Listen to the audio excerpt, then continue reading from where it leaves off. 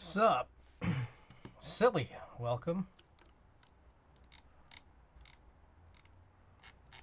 Okay, so let's get started. We got a package somewhere. Where did I put it?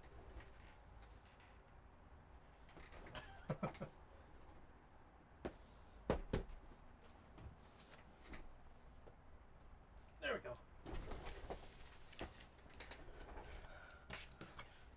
Alright, let's just get this one open. So I've been waiting for this for a year and a half. We got a Haichu. We got this. Wise Donkey, welcome. Been waiting for this since October of 2023.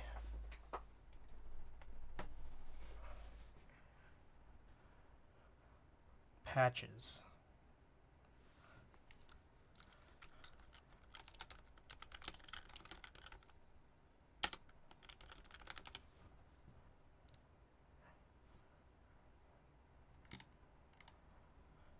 Yep.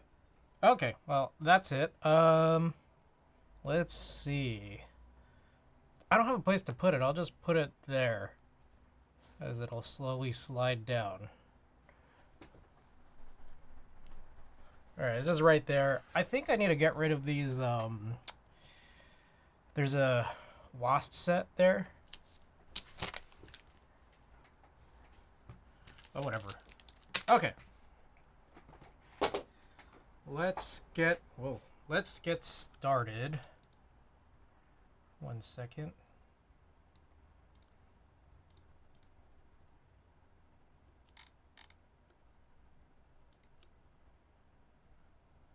One second here. Huh?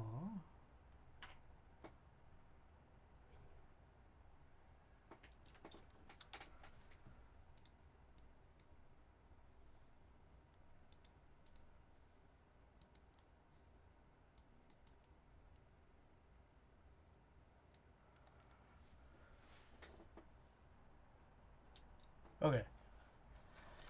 All right. Ricky, welcome. Anubis, welcome. Merry Christmas.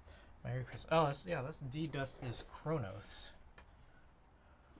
Why not? Haven't done it in a while.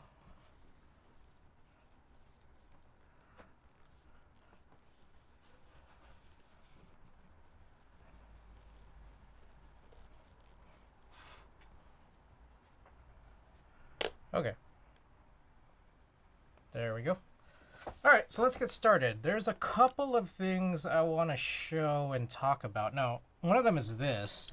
I think I figured out maybe why there could be a difference in how some of these keys sound. Like this one, for example, is really hard. Could be the keycap, but it also could be specifically the side of the keycap hitting some of the screws that are screwed in too much. So here's what I'm thinking. Let's open this up.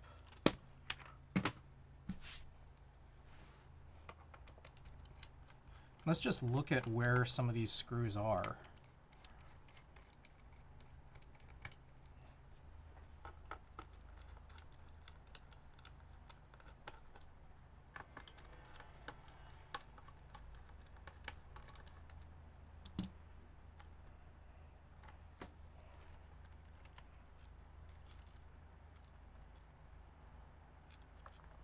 Two, three, okay, there we go. All four here.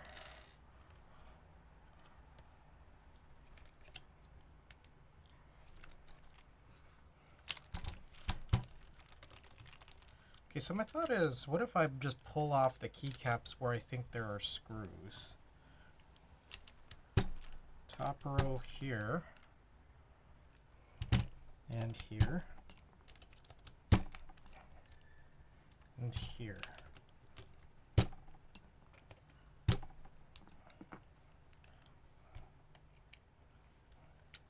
Okay, so I could see that despite the fact that this plate is threaded, I've screwed some of these in a little too much, maybe.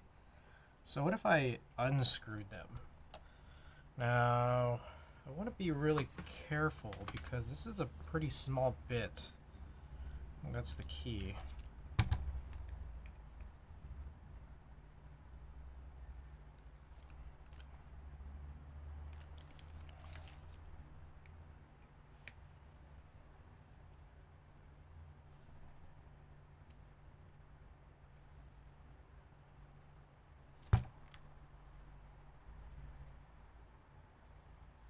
But I don't want to go too much. Like, I feel like maybe these screws are possibly too long.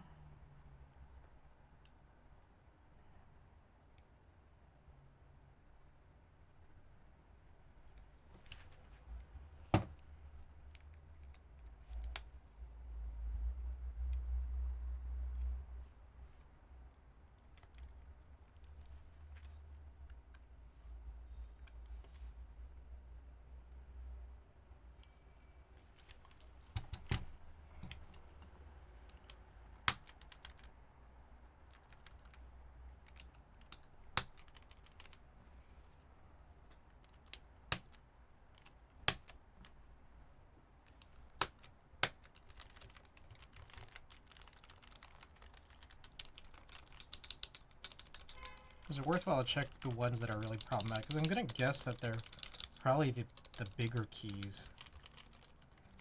I don't think there was too much slapping on the one use. We could check, but I just...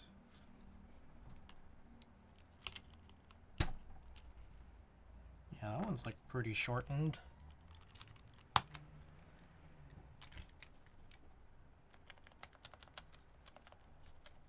Yeah, how about this one?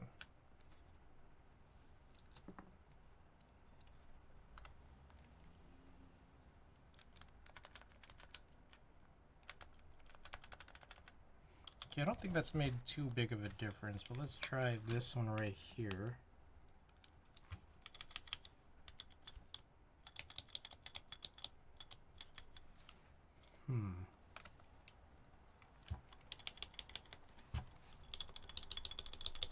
No, it's still kind of hard there, so I don't know if this is actually the problem.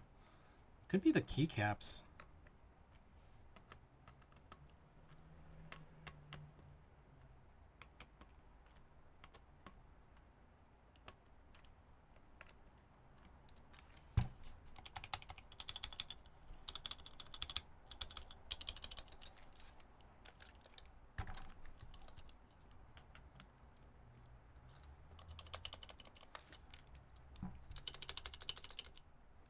Maybe this one could have been. This does sound a little bit better.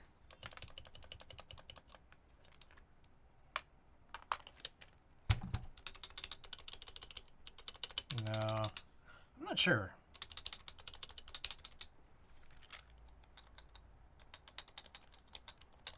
It's almost like if I hold it upside down, it actually sounds kind of fine. When it's right side up,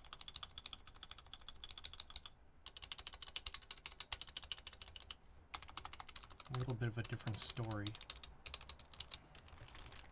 Alright, well, that, I don't think this did much of anything. Okay, so let's just move on. Let's see.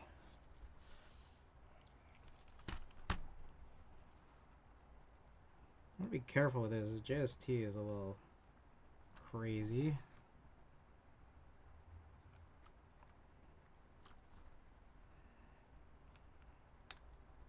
Okay, there we go.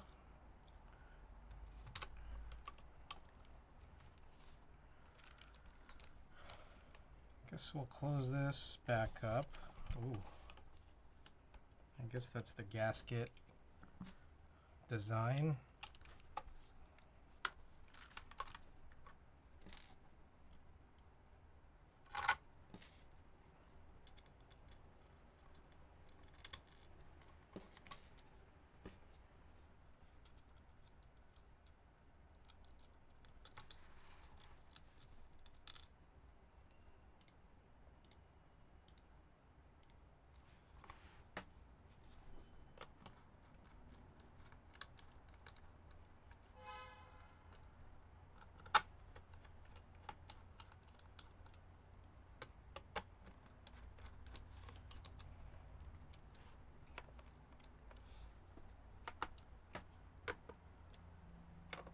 Okay. So, nothing really out of that. But I want to move on to the next thing, which is I actually fixed the Freya yesterday off stream. I kind of want to show it off because I think it would be interesting. I didn't stream the actual completion of the fix process, and I feel like I kind of owe it to at least show what I did. But also on top of that, I want to show it so that like, well, I'll have a VOD of it and I can refer back to it. And I guess you guys can refer back to it too.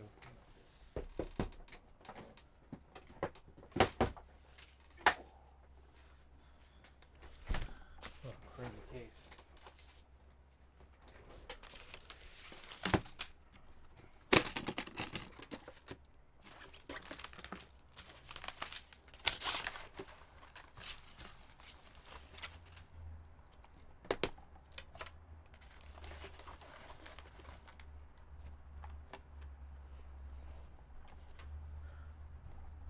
Alright, so this is kind of fixed. I can't get the screen, like the knob screen to work. So that's like the one downside, but fortunately, I don't think Tina uses it.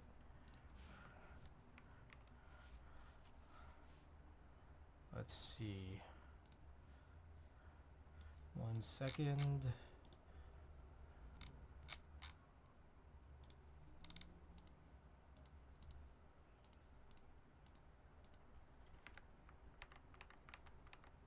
All right.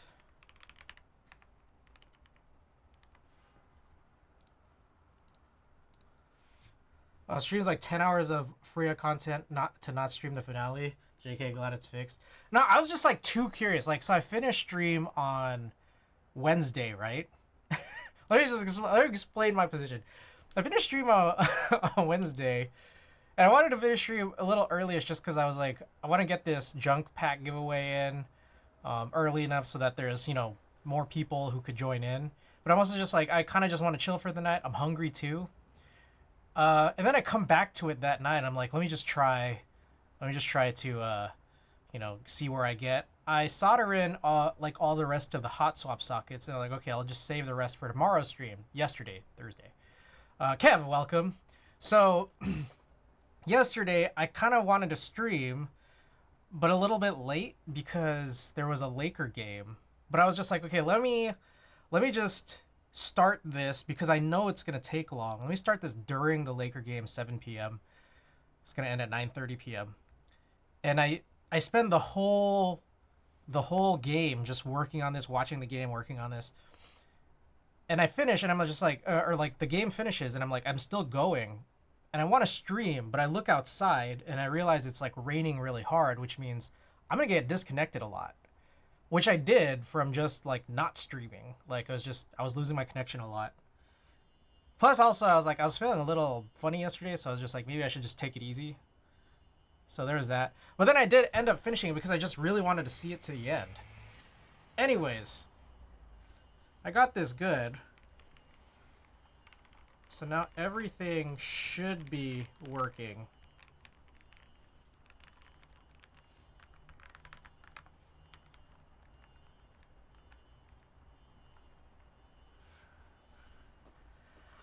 So everything seems good. Problem is, again, this knob screen won't work.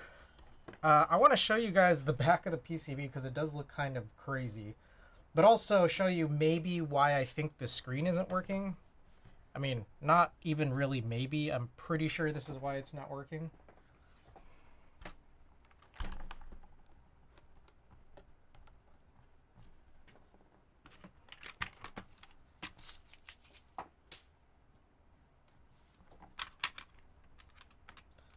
Maybe you guys could possibly give me some advisory on what to do.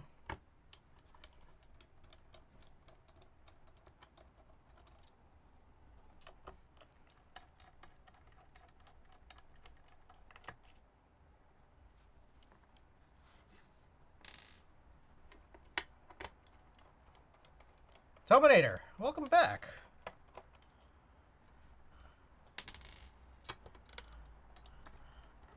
Super impressed? Yeah, it's really ridiculous.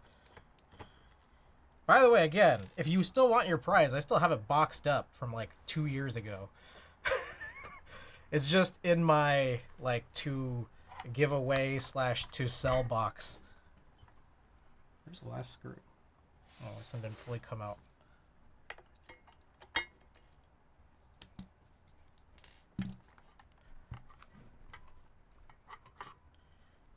I just might need your confirmation of address. All right, so here's a bunch of solder that I guess I'm gonna reuse later. Just was tearing off the spool. I'm good. Just enjoy the content, buddy. Okay. In that case, I will relinquish the items inside your box. Maybe put that in the next junk giveaway. All right.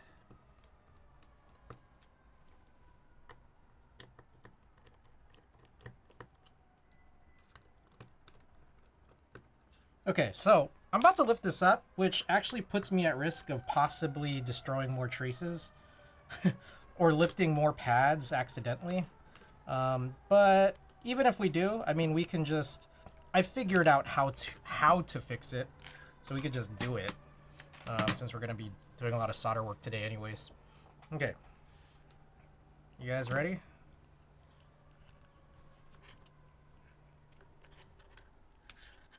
Okay, so one thing was I put this giant piece of gaffer's tape right here because there is a case foam, but it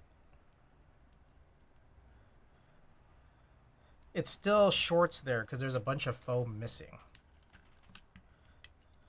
Okay, so this case foam is kind of adhesive almost to this. But check this out.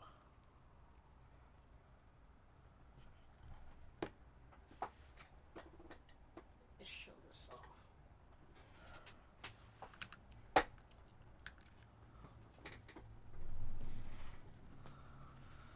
Okay, so a few notes. I'm not quite sure what happened to this trace right here, or like this part of the matrix, but I did have to redo this pretty much just at the end. Yeah, a few things I was able to figure out. One of the big questions from I think it was Wednesday. Was I couldn't get the up arrow to work.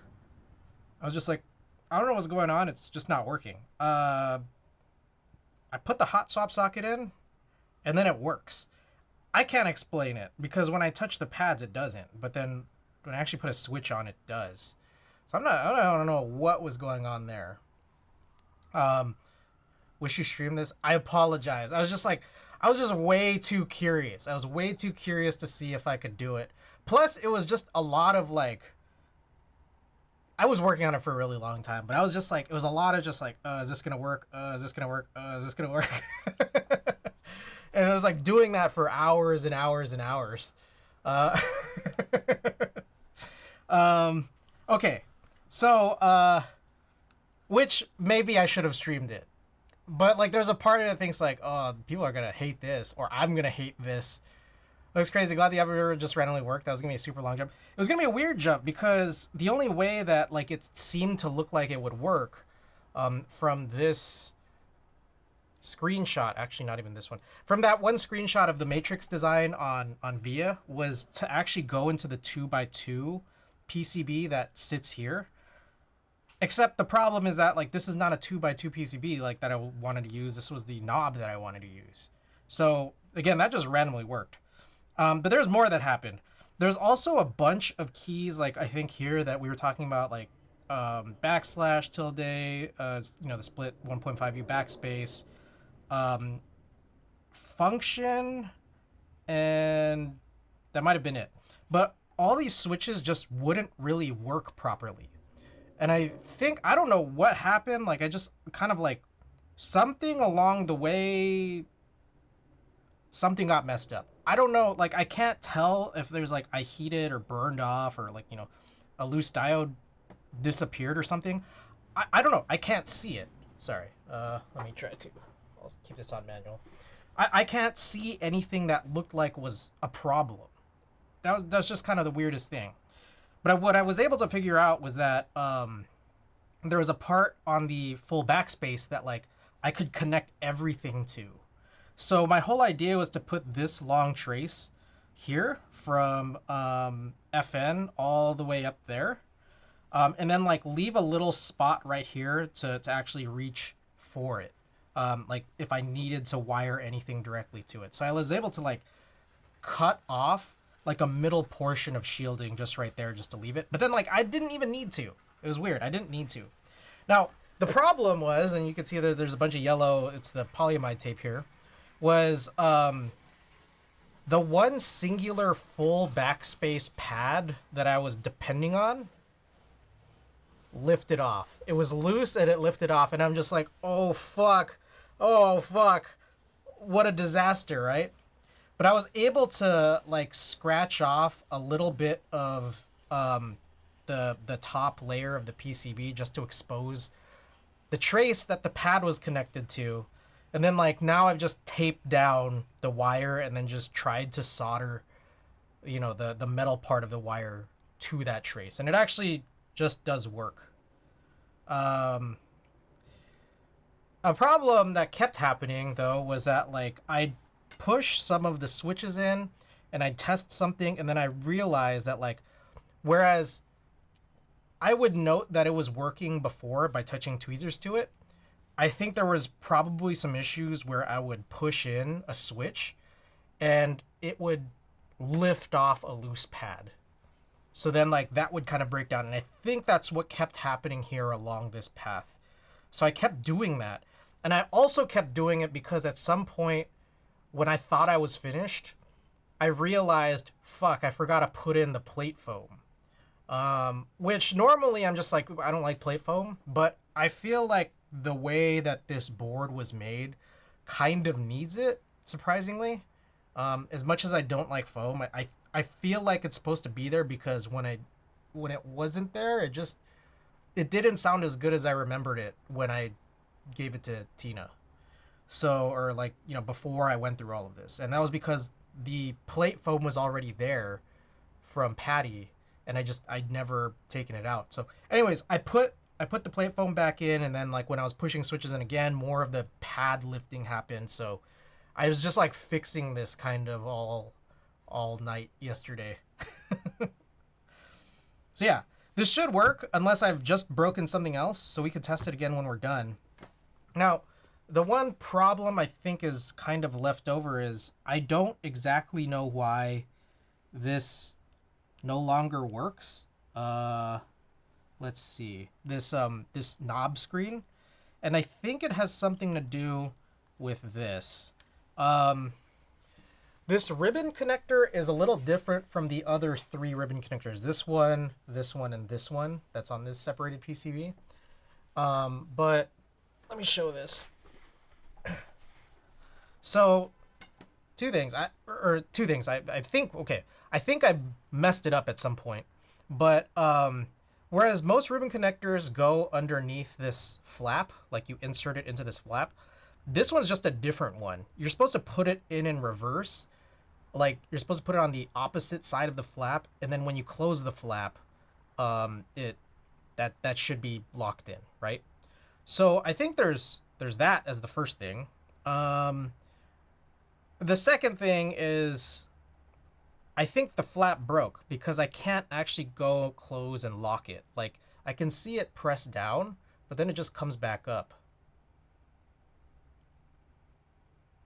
So I'm not sure. This could be something I've broken, or it could be something like around this general area that I've messed up too at some point during this whole process. So I don't really know. What is kind of, I don't know. I mean, I have no other thought on what to do here other than, I mean, we could switch to the 2x2 matrix, but then I need 4 more switches, and also I don't have it on hand because Tina has it. Like, this board came with 2 cases, like an outer box that contained a bunch of extra parts, and then like the inner suitcase looking thing. So I don't have it, but I also need 4 more switches. But also I don't think it really matters because I don't think Tina was really using this. It was cool like that it would turn on, but she was just like putting like pop mart figures on here. And then it was just kind of cool that like if you had a transparent base, it would glow, but that was kind of it. So other than that, it still just kind of serves as a place where she could put her pop mart figures.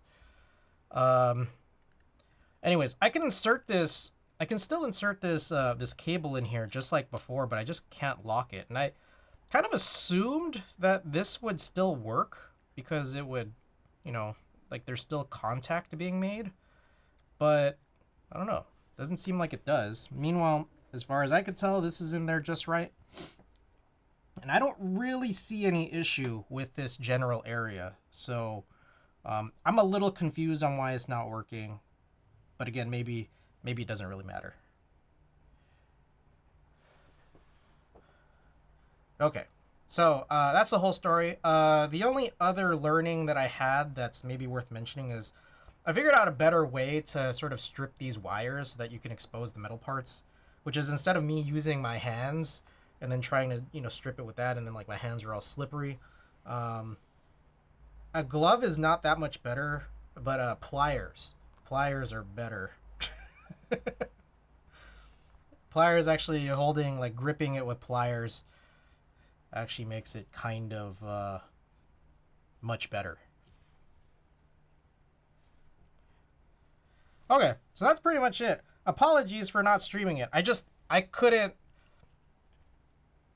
control myself. I had to figure out if this was really fixable or not. And yeah, it couldn't wait. I just had to do it.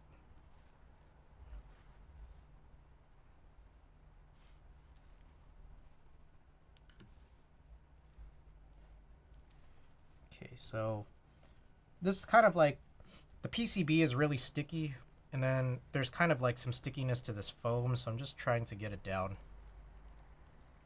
Sometimes I just have to handle things. Still like Jake, welcome back. All things considered, that came out well. For now, let's see if there's any issue that pops up in the next couple minutes here when I reinstall this.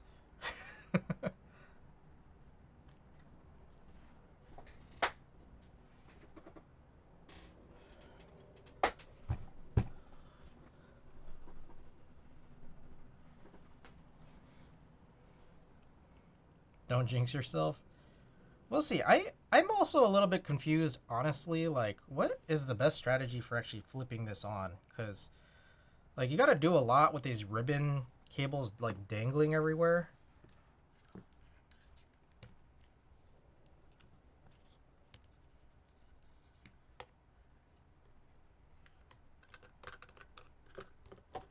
Alright, and then I got to plug this JST in.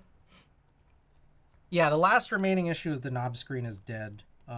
As far as I can tell, I feel like it's to the board, right, and not to your machine, because I know that it works when plugging it into Tina's computer, but I just figured it should work regardless of the machine that it's in, and it's otherwise just dead here.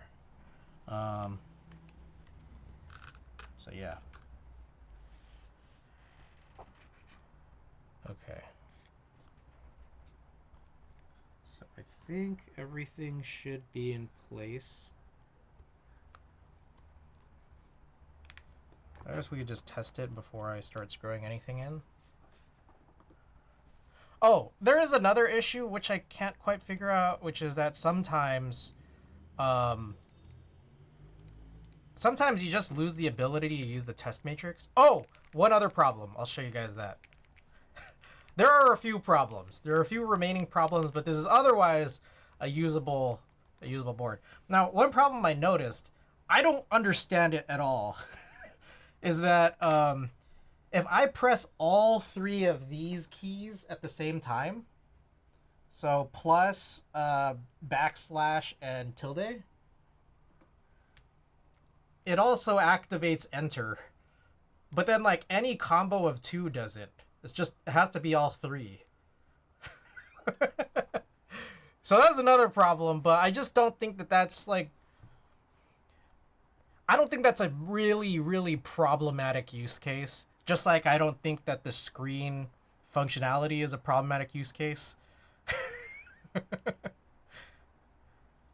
So, anyways, can think of it as a feature. Exactly.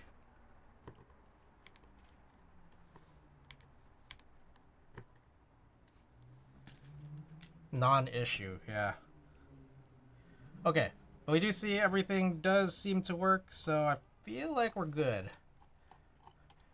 By the way, Conan, Primo, welcome.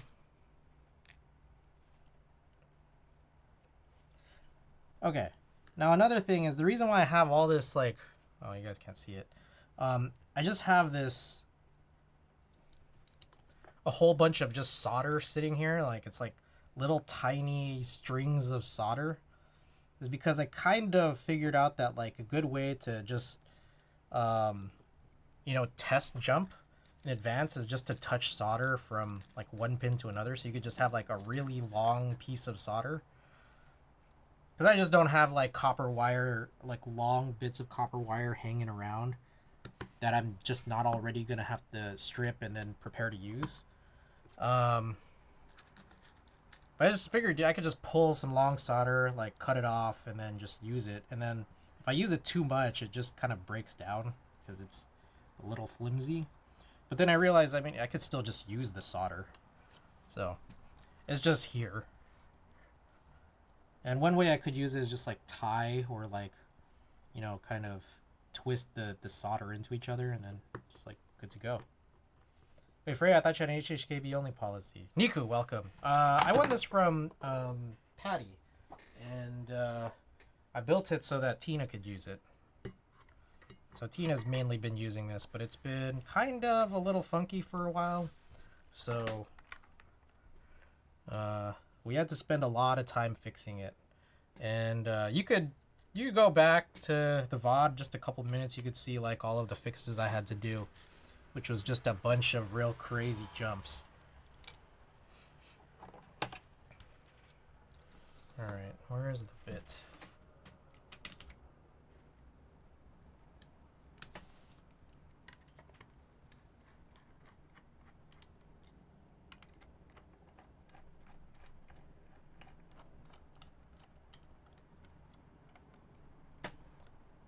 Is there any lore / story behind the HHKB only policy? Yeah, I know I could tell it. I like telling it. It's that I was in the hobby from like 2012, 2016, and 2016-ish, and I just left because I was like, I don't know, I just kind of felt like I was over it. And the last board that I left on my desk when I was kind of just gradually leaving the hobby was the HHKB. And so for 4 years, basically until the pandemic, I just drove the HHKB, even though I had like 10 other boards at the time. And then, I got back during the pandemic, because everyone needed indoor hobbies again. And as I was just like playing with other boards, I'm like, what's the point of this? It's just like, I just like HHKBs. Like, I hate having to like, switch my brain context to another layout. I could just do HHKBs. I also think they look great too. So that's kind of it. Not like a whole lot. All right, last test. Oh. Here's okay. One other issue is that sometimes I lose my ability to like stay connected to the test matrix. So if I just refresh it, then repair it, hopefully it'll be good again. Yeah. No! Okay. Okay. Alright, we're good.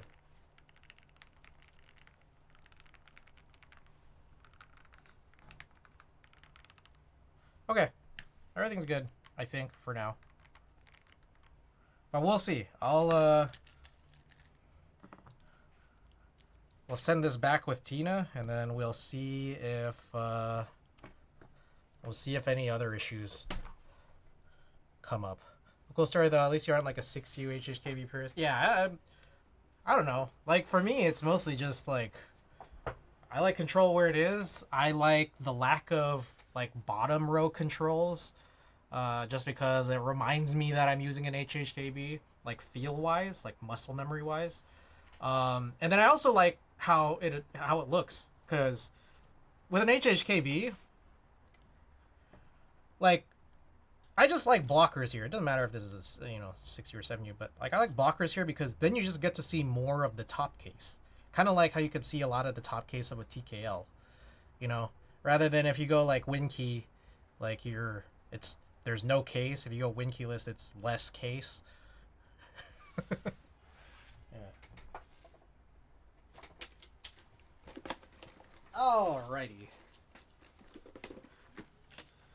Yes, we're gonna work on the Leviathan, but there's actually just a little bit more to do. So I actually, if anyone is interested, I'm actually gonna be selling.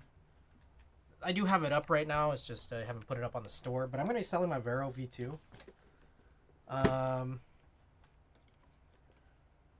I mean, if there's anyone here who's interested in it with the current build, then I won't break it down. But my plan was to break it down tonight so I could sell it unbuilt.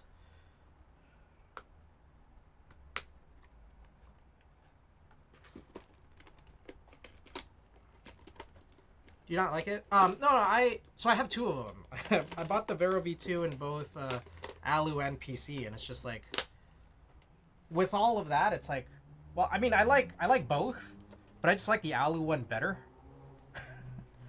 And then I'm just like, I guess I don't really need two Vero V2s. So I might as well just like give out the one that I personally don't like as much. And I think just in general, I think this board just kind of made me learn that like I'm just not a PC board kind of guy. Like I can't get a PC board and like just like really realize that I like it. I don't know. Like I have like of my two or three remaining PC boards left. What do I got? I have a PH60, which I think just like looks good the way I built it. Just because it's like a frosted PC, and then I have like clear switches, a frosted plate, and frosted keycaps on it. My Victus Sin I think is cool just because it's made of B stock parts that are like all mismatched. So I do like that one. That's just it's just kind of a cool look and a cool story, I guess. S60 V2 PC. I just like show stuff, and it comes with a copper plate, so it's gonna sound really good with copper in there. But like outside of that, I'm just like I can't really look at it and think like I personally really like and want PC boards that much. Like whenever I use them, like I don't feel or hear that like, oh, I like really enjoy this more than like a comparable Alu board. That's my story. But I know that some people really love PC boards. Like some people can't get enough of PC boards, and I respect it. It's just not for me, I guess. Same way that like other non-HHKB layouts are like not really for me. Thought a buyer for the Gios I have for you. Nice. Okay, so this one I built with box whites, so clicky switches. We do a little type test, and like I don't hate it. Again, I just don't get me wrong. I don't hate this. It's just like I just like my other one, and I don't think I need two. All right, quick test here.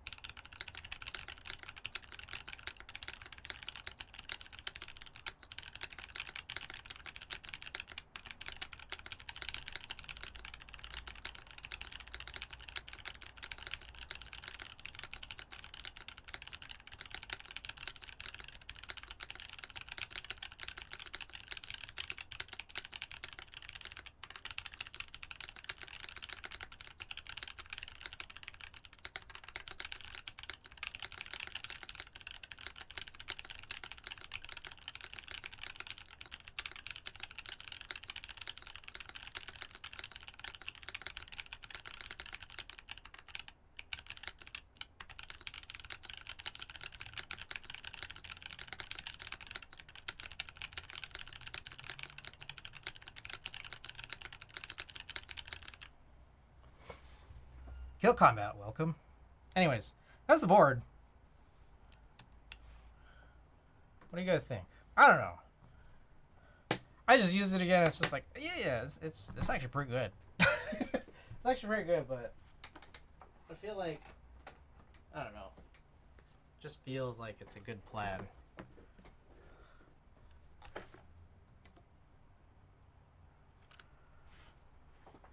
I gotta trim the collection at least just a little bit, you know?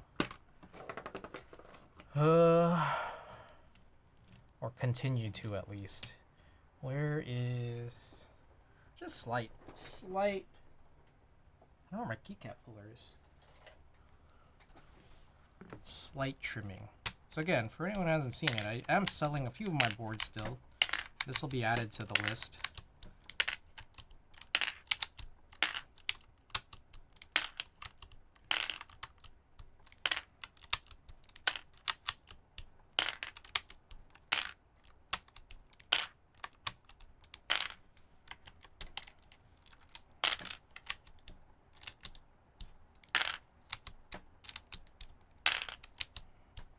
So here we got the 5mm PC plate.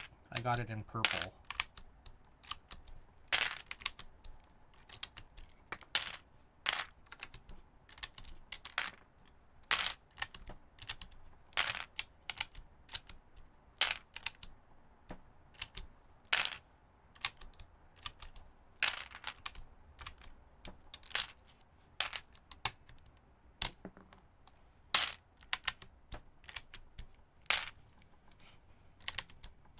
When was the last time you had the Gios and brass out? Never saw it on stream before.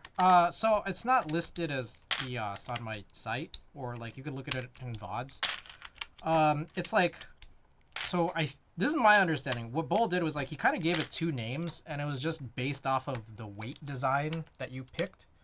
So like I have the non-Gios weight, so from that it's like not really called a Gios. It was called a PP60. The PP stands for paper plane. It was a weight that had a picture of a paper plane on it. But it was the same board. But the weight was just interchangeable, and there was just like two different designs. Yeah, paper plane. Yeah. So you could look that up. When was the last time I had it out? I don't know. Could look it up. God damn it. I can't find this freaking... There it is. Last time I touched it, I guess might have been September. Looks like I rebuilt it in September with some pastel mint switches.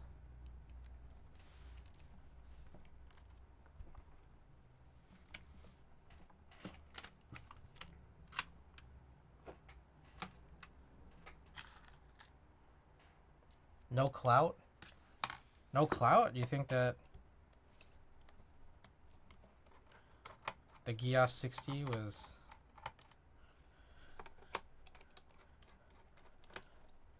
clout? What do you think of GMK Motif and GMK Winkler? It is ridiculous. It's like, that's just so crazy that they put out those two sets. It's like ridiculous saying like one is super boring, then one is just way too fucking crazy.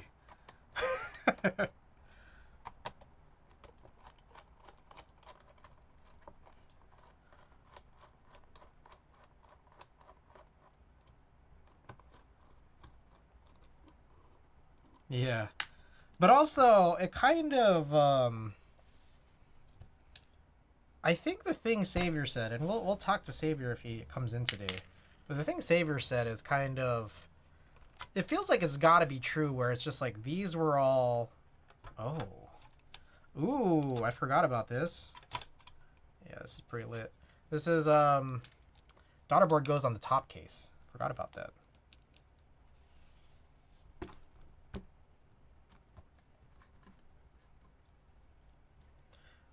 Like these probably gotta be Key Machine key sets, and then they just like kind of gave up on Key Machine.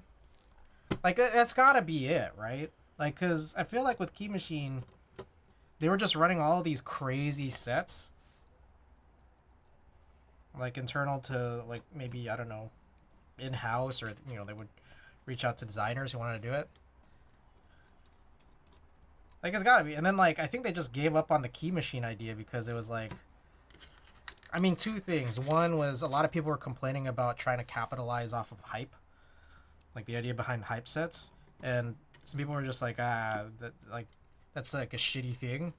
But then on top of that, like, there was not really hype behind these sets because I don't know, they weren't selling really, like they weren't selling out the way that they maybe might have forecasted or imagined them to, and that might be because they were way too fucking crazy looking. That's like, and that's what Savior was saying. It's like that just feels very true.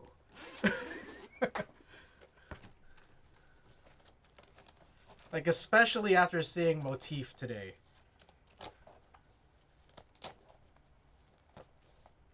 And I like the key machine sets more than Motif. Yeah, but like you get what I mean though, right? Like, what was that very first one? I forgot what that very first one was, or what the name of it was. But then there was also Rewind, you know, and then yeah, Chladni was like Deep Field. Yeah, Deep Field was like really crazy. It was, you know, Motif is really crazy. Rewind is really crazy.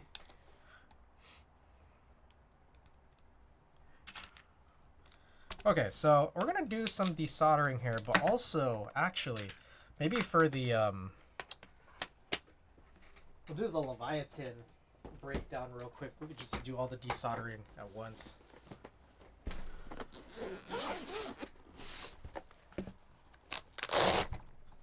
So yeah, this is something we're actually going to rebuild, which is this, Leviatan. It's got that beige powder coat. Actually, yeah, let's just pull keycaps off. We're around it, yeah. We don't have a build yet. We'll see. Welcome back. It looks like this is a plateless build.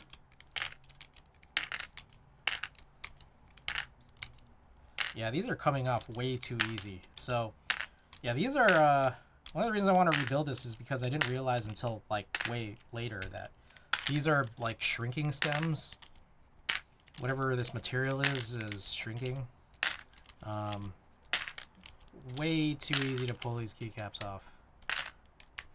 Bachelani, I thought about the other two. I kind of regret not buying Deep Field. I mean, I guess, like, Ricky, I know that you're really into some crazy looking stuff, which surprises me that you don't like Motif.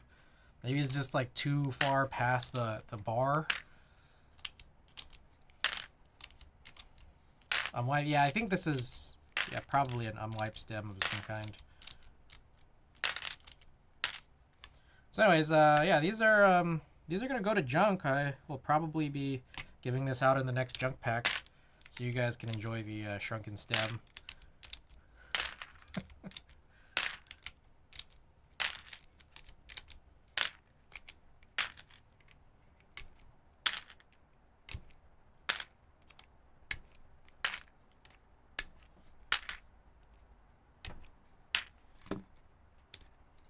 Nope. Okay. Ooh, that's a heavy boy. But yeah, you know, ever since that, because like I think some of the more recent sets they've been running were like that Evangelion one. Let's just look at novel keys. Why not? Keycaps, GMK. Yeah, Shinseki. Are these Torques? These are Torques. Baby Motif was just all black instead of two base colors in one set. Yeah, it is just too crazy looking. Oh, shit. Literally just telling myself to not do this. And I did. There we go.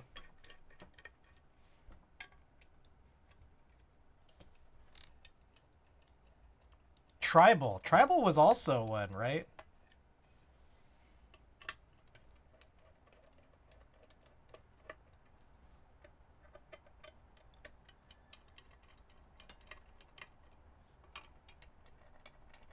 Were these all key machine?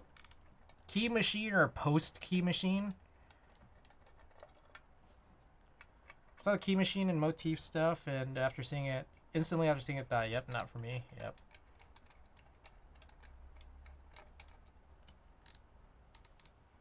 Those are all regular sets, not key machine. Yeah, but do you think were they post deep field? I feel like if they were post deep field, they were probably intended to be key machine.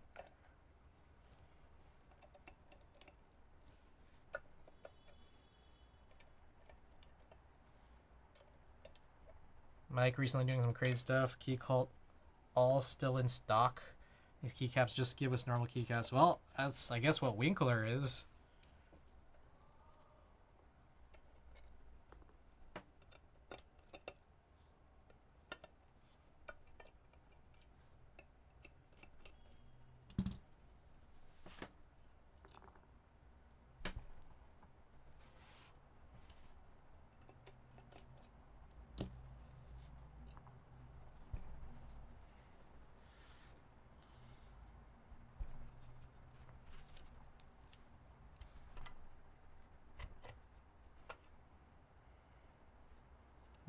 It's like ooh, okay. This right here got like a suction to it, into the bottom gaskets. There we go. Oh, I also put a little piece of paper down here. And also it is Easy Mate. I don't mind tribal, but I kind of don't like those UVs printing on the alphas. Feels weird. Yeah, no, that's exactly the same for me. That's why I'm just like, that's another reason why I can't do all this. Like, they're just like such in a theme of craziness, and the craziness also on top of that is based around UV printing, which, as you guys know, is like something that I've really hated for a while.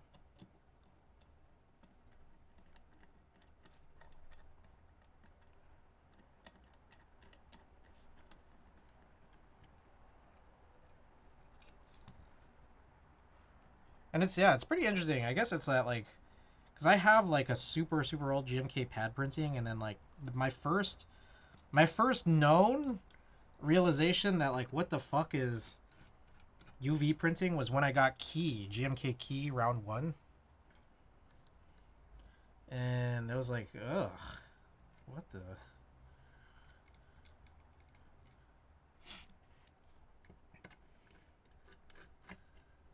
But then, just very recently, I realized I've had a key set since 2016 that I hardly ever used.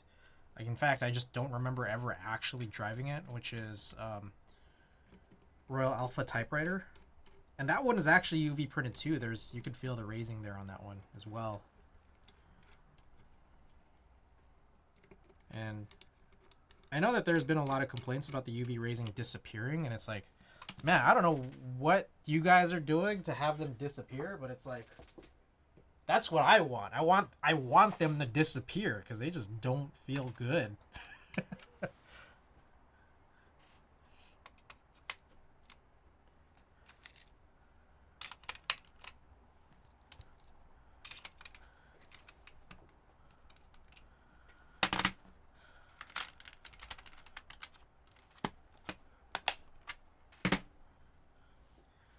Okay. Let's do some desoldering, yeah?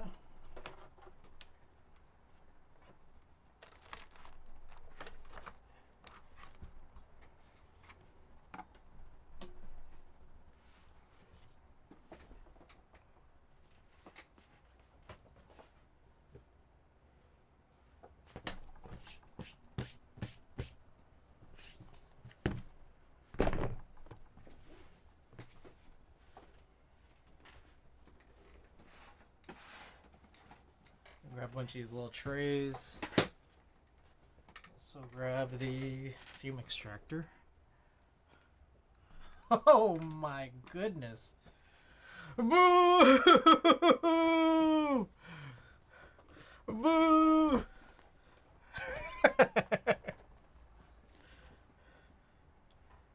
Just kidding. Apiary, thank you for the raid.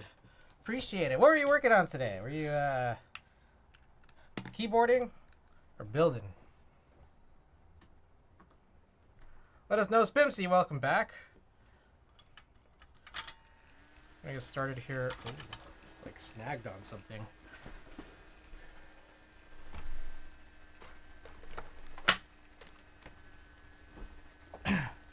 Randy, welcome.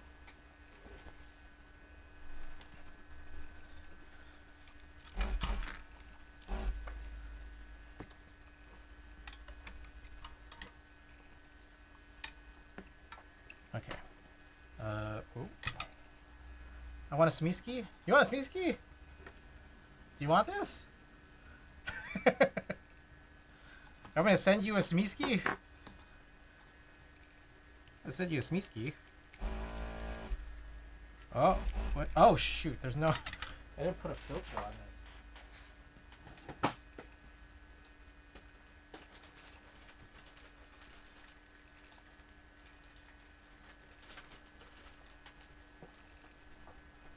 I'll get my own. Don't worry. I was one. They're so mean.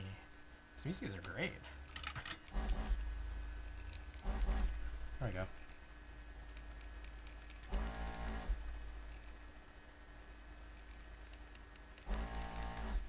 Okay, so this one's plateless, so this should actually just come off real easily, yeah.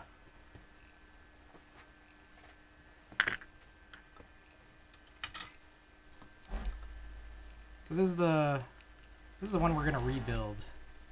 This one right here, we're just breaking this down. This is part of the Vero V2. If anyone's interested in a pink PC, the Peony Pink PC Vero V2, I'm breaking this down so I could sell it. Let me know.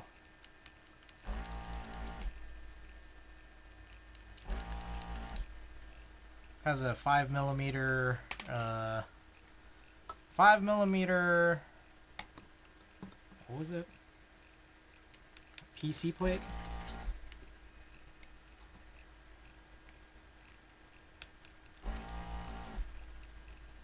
I wonder, has anyone done 5mm MX plates? That'd be kind of crazy. Or like alu, or just kind of metal, some metal plate.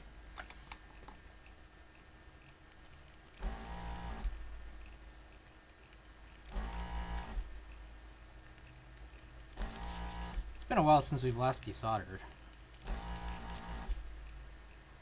Mumba? Is that what it is? Welcome?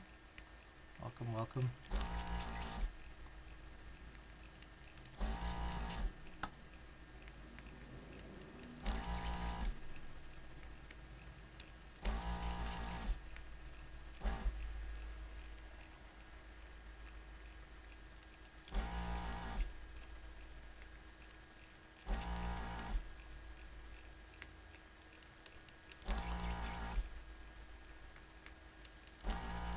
Is that a type B above? Yes, it is.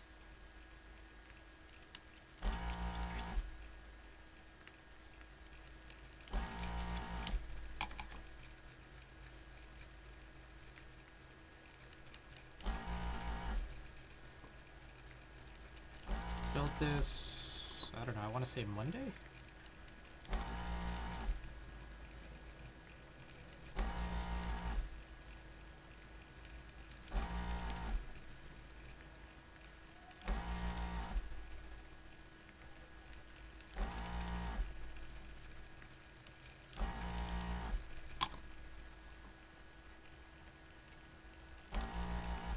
Well, not many true HHKB MX boards out there.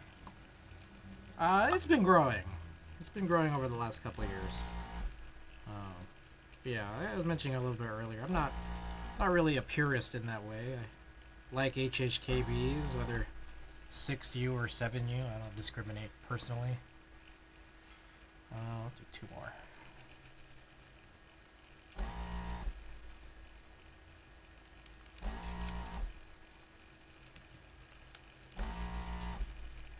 Horangi. Okay. So what I like to do is after every 20 switches, I'll do a little cleaning. So I'm gonna need maybe these, this, and this. We're looking at some of Nolaki's crazy looking sets a little bit earlier. That's what I have up on that screen there.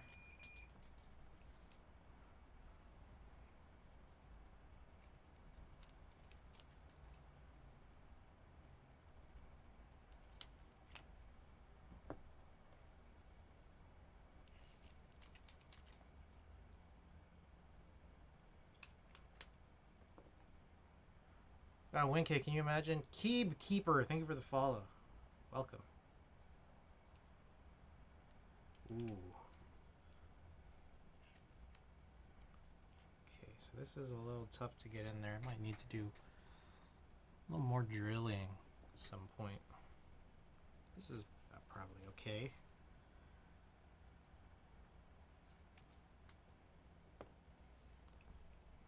I'm doing, I was just kind of cleaning the nozzle. Pretty critical piece for just making sure that we can desolder cleanly. Can you imagine? All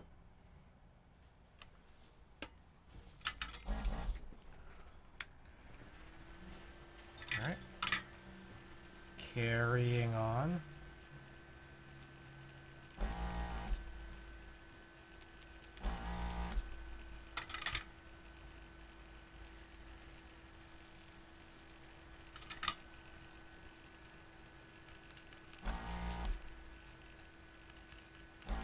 All right, I got some news and notes for you guys.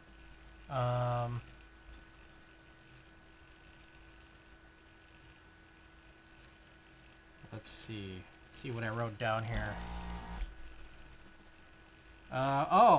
Cappy 60 in stock sale went up earlier, and I guess it like sold out really fast.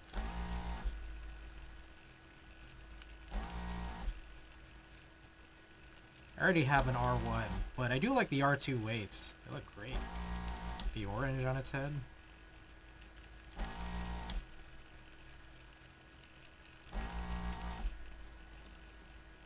Beautiful boy, yeah.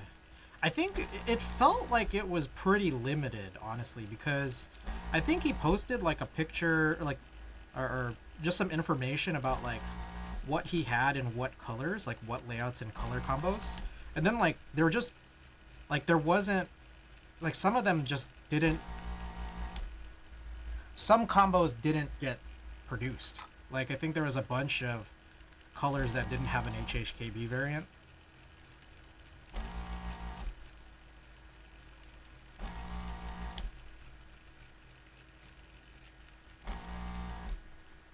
So that seemed like kind of tricky, you know?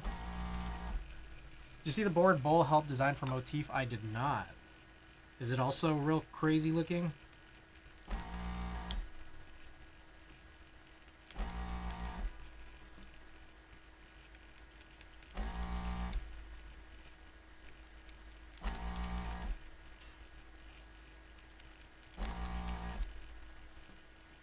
Motif 65, alright. I'll check that out.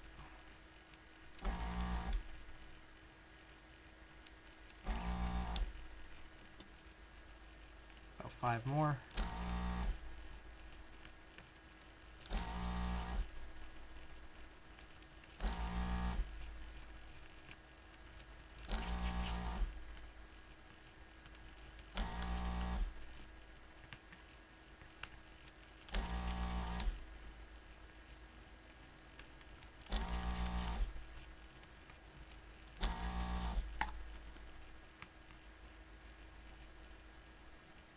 One more.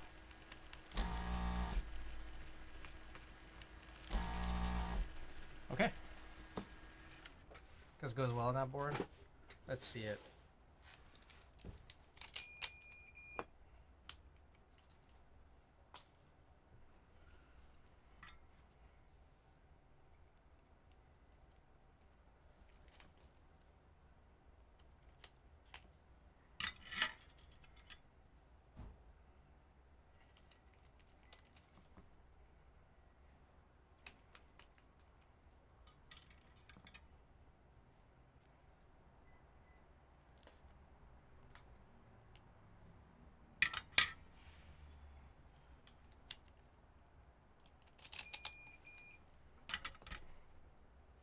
Just washed my hair.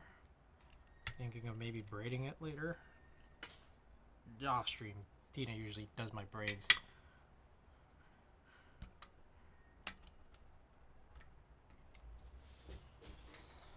Let's check this out real quick.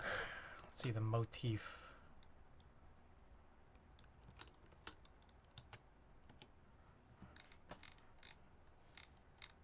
Okay, yeah. It works. I guess.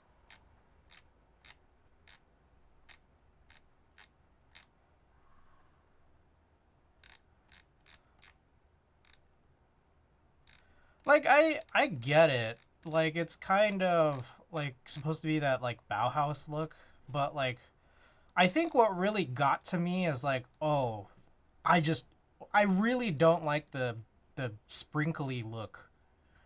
Like, if these were just solid, like, even the two color alphas, that's weird. I think the two color alphas are weird. But, um, that isn't my number one issue with it. My number one issue is I'm not talking about the keyboard, but the key set. Like the little sprinklies. Where is it? I just lost. Where's motif? Motif up on here? Yeah. Yeah, I don't like the texture that was done here. I wish it was just solid. If it was just solid, I like it way better.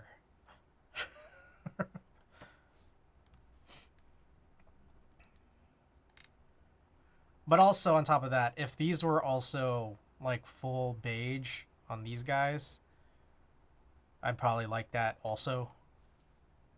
Looks too much compared to GMK Cosmos. I mean, I feel like, well, with Cosmos it like makes sense. I didn't even get Cosmos, but like I kind of get it. Because the whole point is supposed to be like starry. But this one just kind of looks like it's supposed to be like a sprinkle cookie. Which is like, sprinkle cookies big in the Bauhaus? Is that a Bauhaus thing? Sprinkle cookies?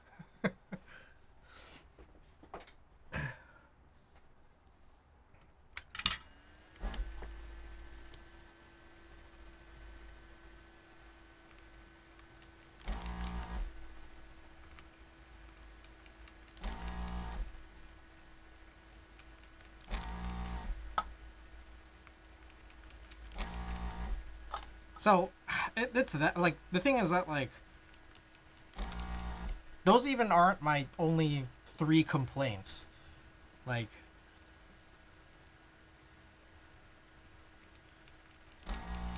what was it? Sprinkles and the 2-color thing, and I don't know, did I say anything else? Maybe those are only 2. But my other complaint of here is that, like, as good as maybe those mods look, they are more than 2 colors, or a good number of them are more than 2 colors. So those are going to end up being UV.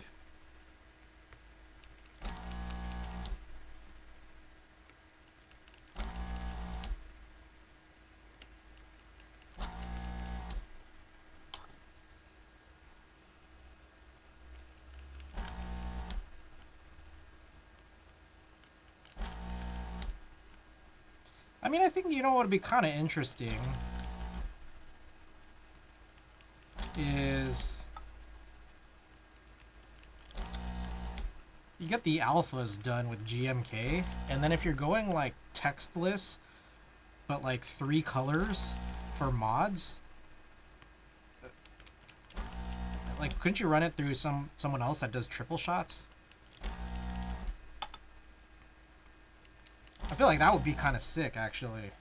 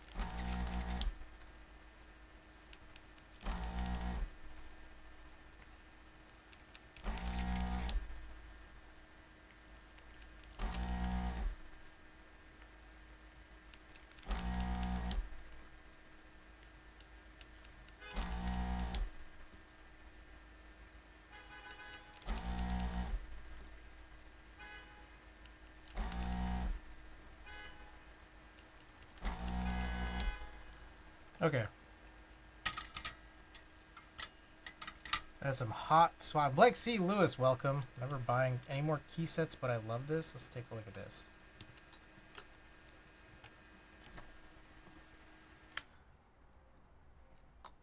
Ulvi. Ulivi.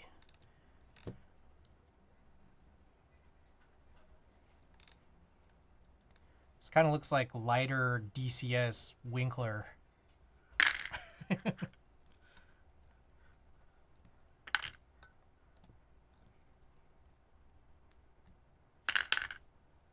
I also want Ada. Is that the orange, black on orange? Like an IC a couple years back. Alright, I just dropped the switch, damn it.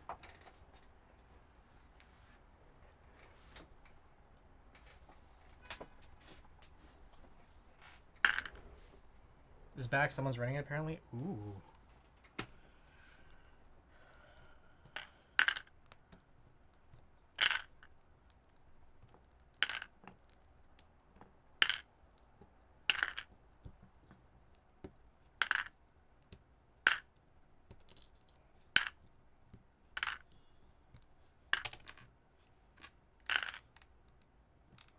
I mean, this is alright. Pretty simple. Light Winkler DCS.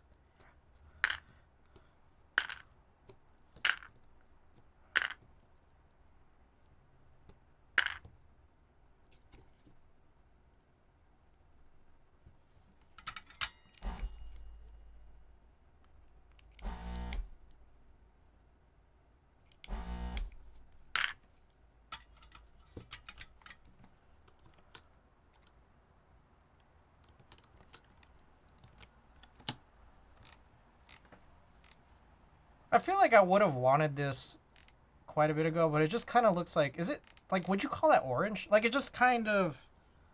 is very, Greg with alt alphas coated. I think it would... Cheese Cheetos. I think it... like... I might like it better if it had white legends instead.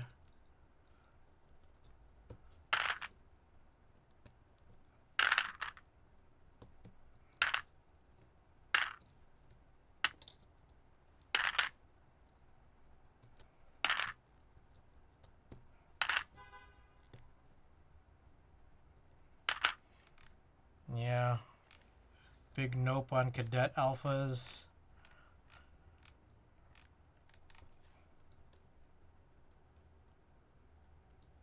Some of these are a little hard to remove.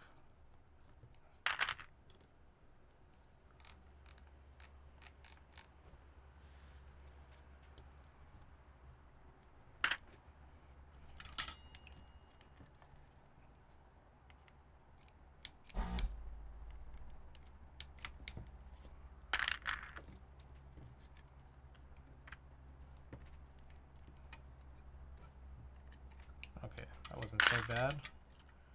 Alright. So that's it for this Leviathan breakdown. We'll go and bag this up.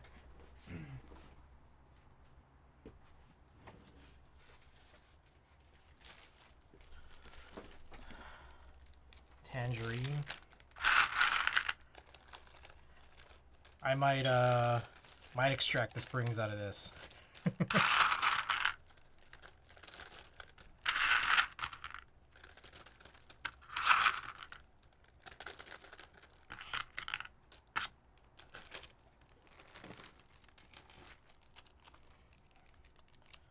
Alright, other things on my mind here. So yeah, I'm about to break down this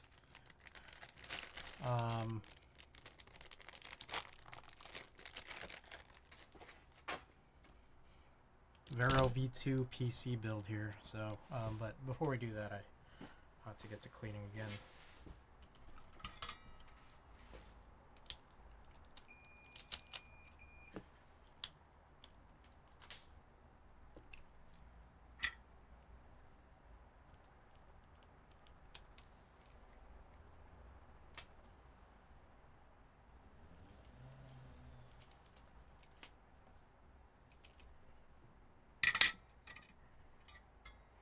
Alfalfa, welcome.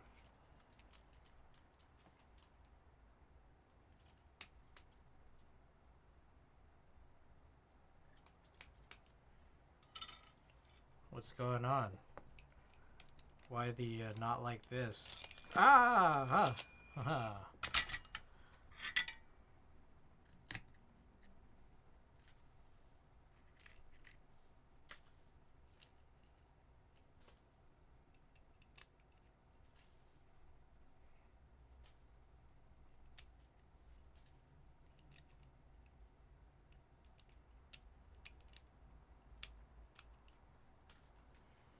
All right.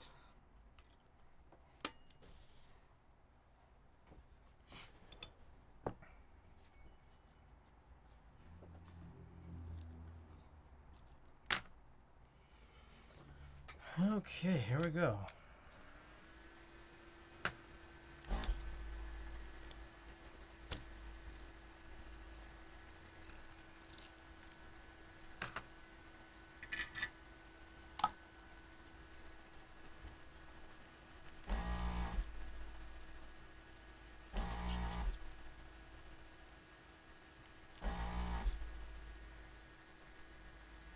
What is happening? Eric Metterer, thank you for the follow. Welcome.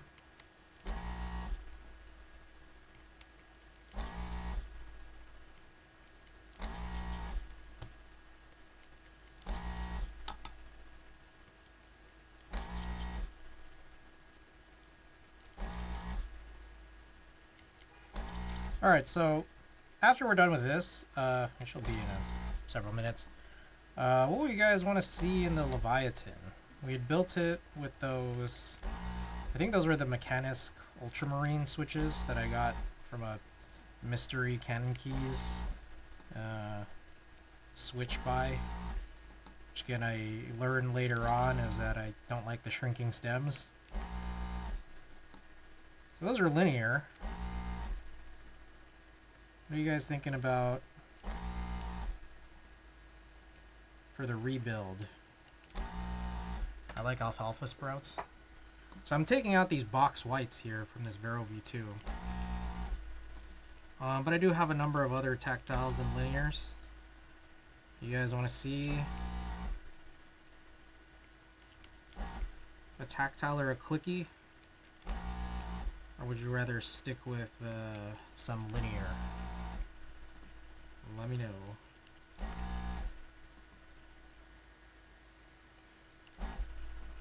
I just had someone solder up box rails for me.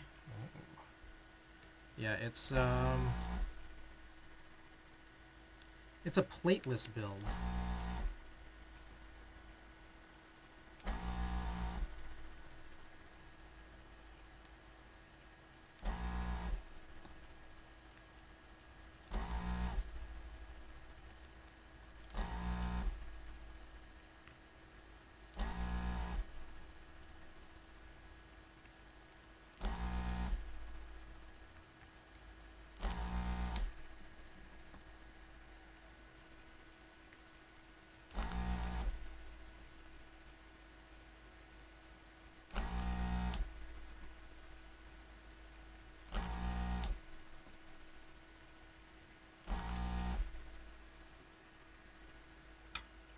Okay.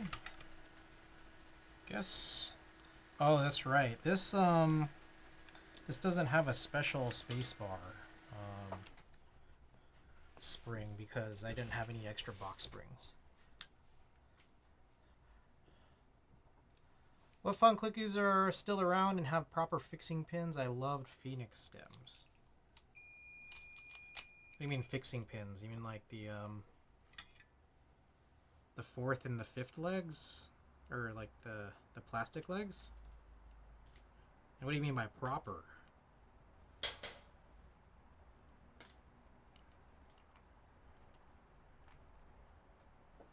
Zana, welcome. Yeah, I did like Gateron Melodics, which is surprising. I didn't like it in hand, but in board it sounded pretty good. But Zana, welcome back.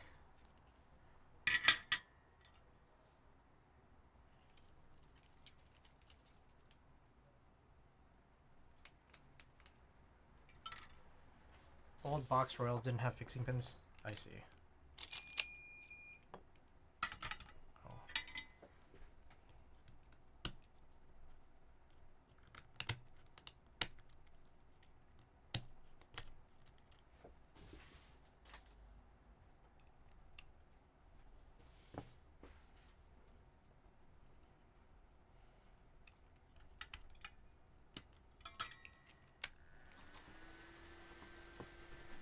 Oh yeah, the cream clickies.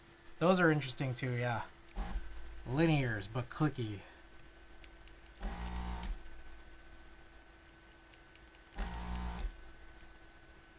It's like Sprite, but with grape. Do you have anything bought you'll expect to get tariffed now? Ooh. That's a good question. I don't know. I'm curious. So I didn't... I don't know how any of this is gonna change in terms of things that I've bought already. But, like, we could, like, look. My on the way boards.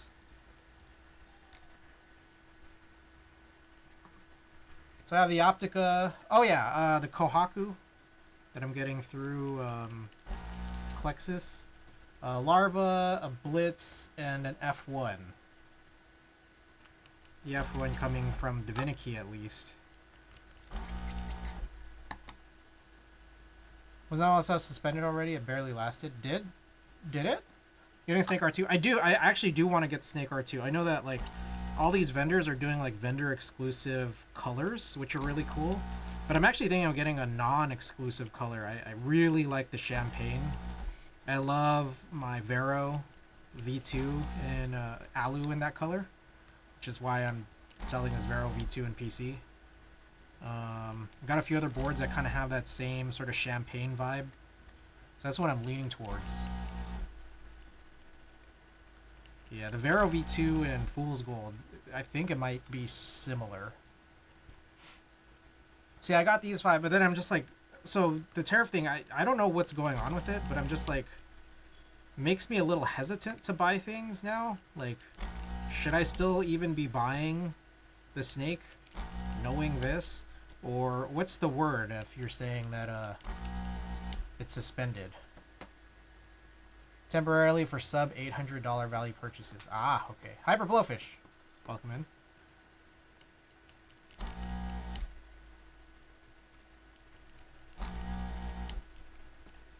Good to know.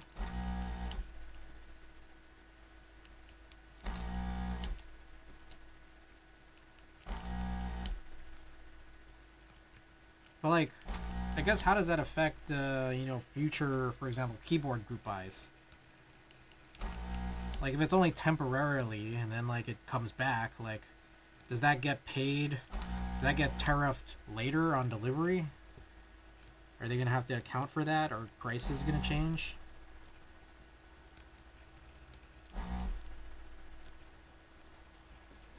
I realize that happened today. That's good. So it's time to sell my transition, get a Neo 60 to use as gaming.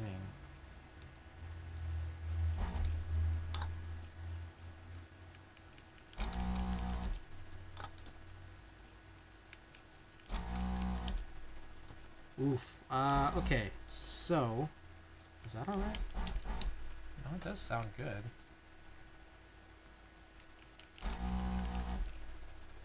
Oof. Okay, I think I need to change the station filter. These are becoming not so clean. Missed some of the content last stream. Did the Freya board fix? What's new with you, Chris? How you doing outside of streaming? I'm chilling.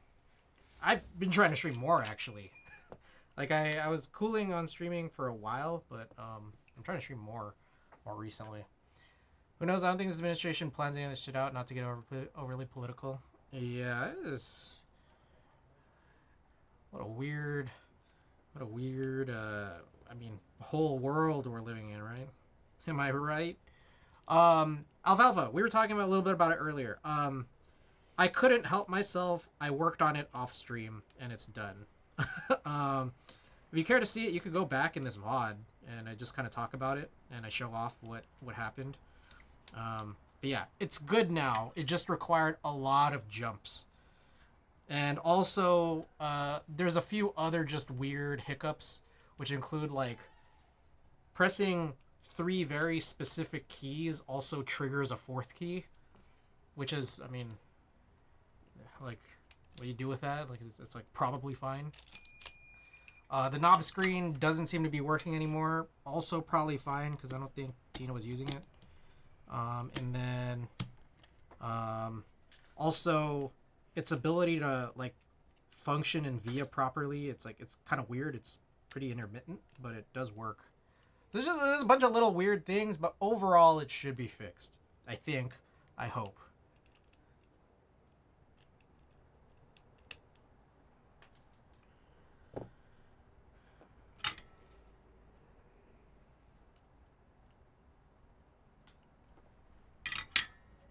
Okay. So I'm going to grab another station filter here. See if I can find these. This is such a mess. Jeez.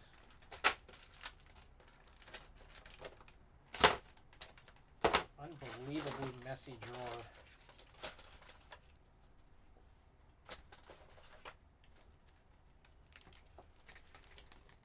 Do you know that 3-key combo wasn't? Yeah, I don't. I don't actually know.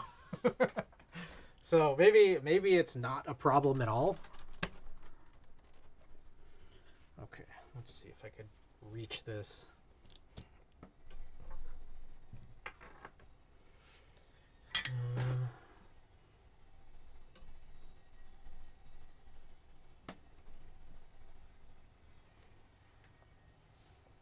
Actually, that doesn't look that bad. I don't know.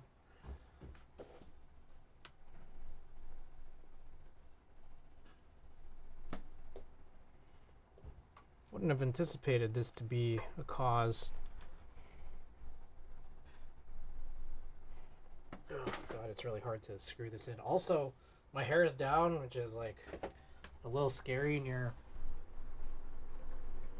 this 750 degree gun.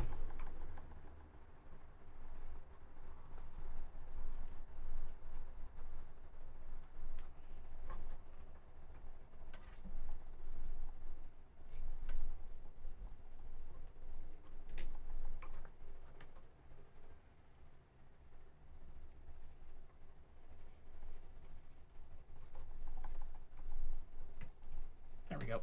Oh, it took a while.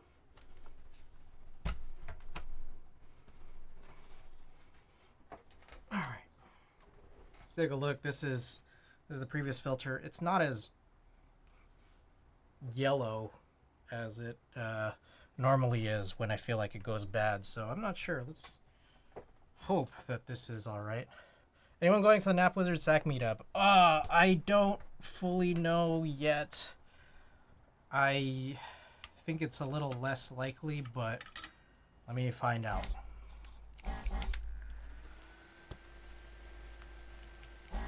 I did mean to bring that up. Alright, yeah, this is a lot cleaner now.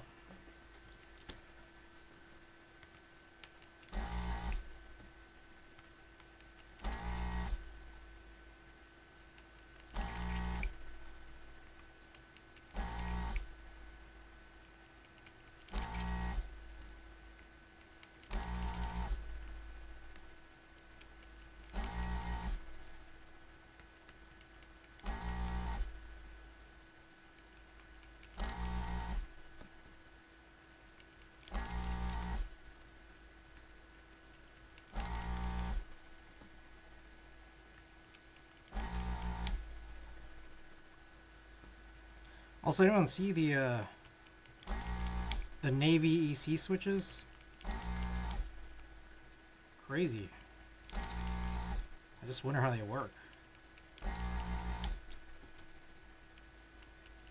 Also, they seem really affordable, which has me skeptical, you know? Anyone else have that? Kimmy, welcome.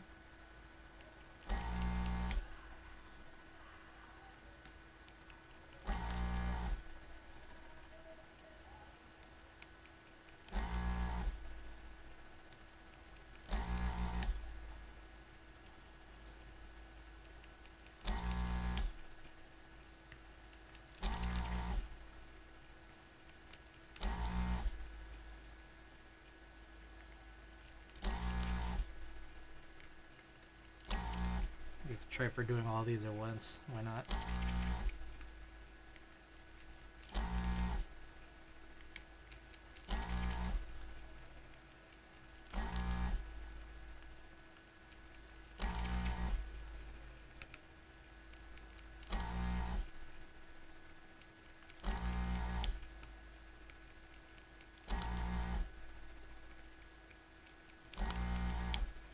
I dare not speak against big Microsoft.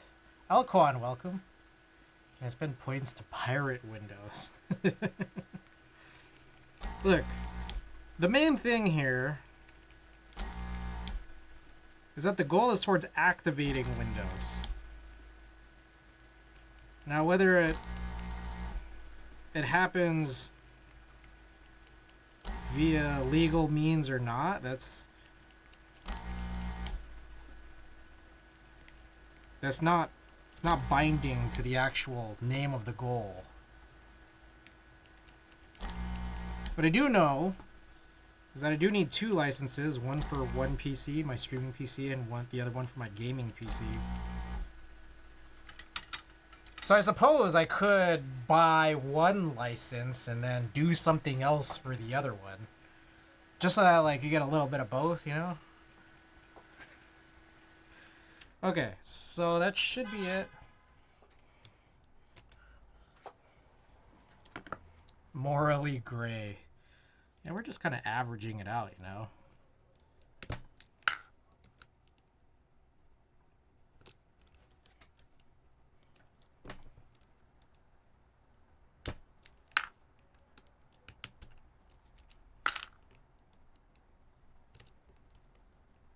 Some of these have me a little worried.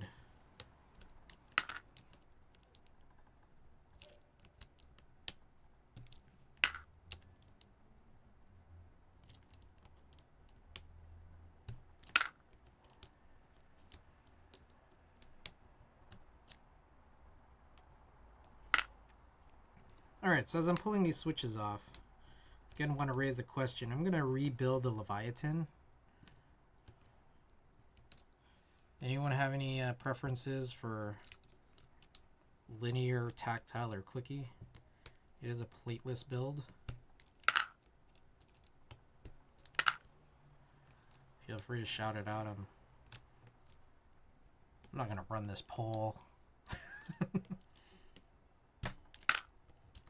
Some of these are a little hard to get out. Is this a thing? Or are these like Kale box switches supposed to be kind of hard to remove? 2-1, welcome back. Socks also, welcome back.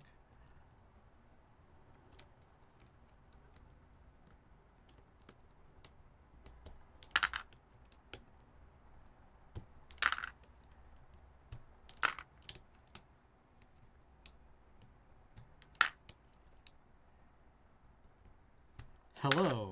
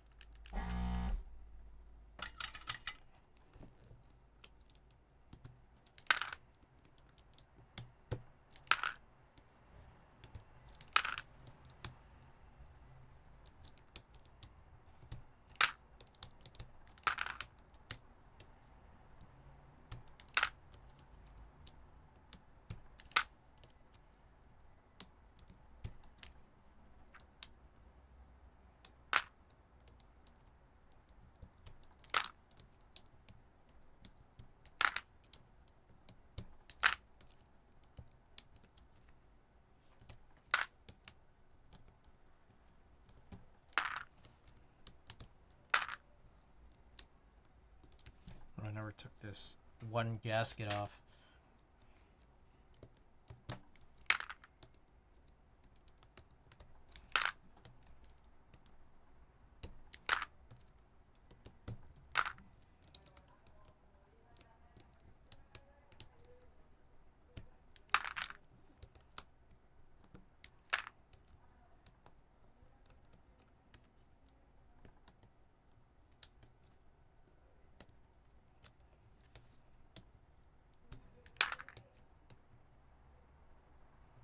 Whew.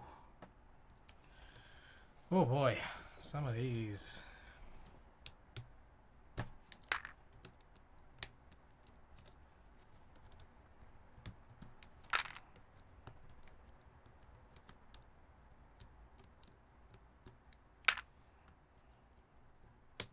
Oh,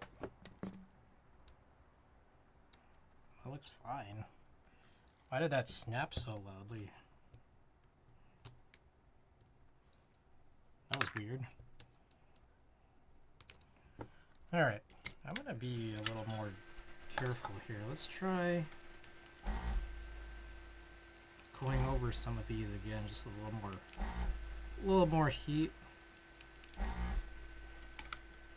That sound, like they look like they're clean, the desolder job, so it could be like just tightness in the plate. Possibility here.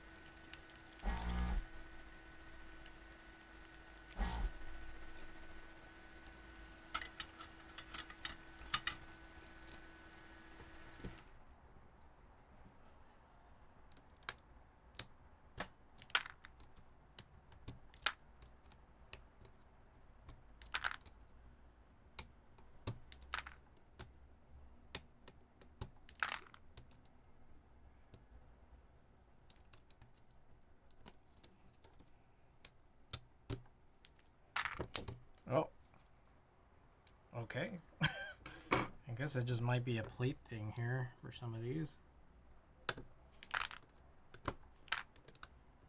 There we go. Okie doke. So, there's that.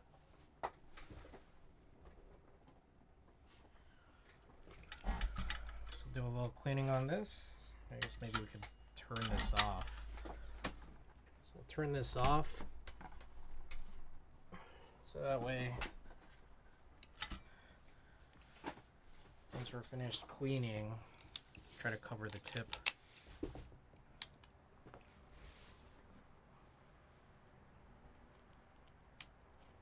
Alright, sounds like no one really has a preference on what I build this leviatan with, so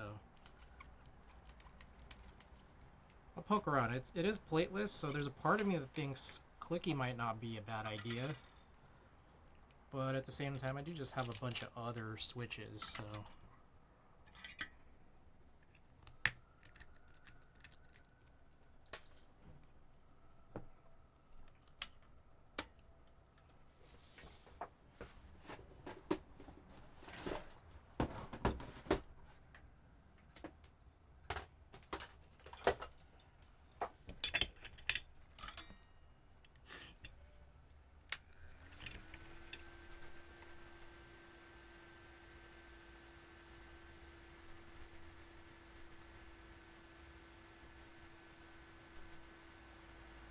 There we go. Honk. Alrighty.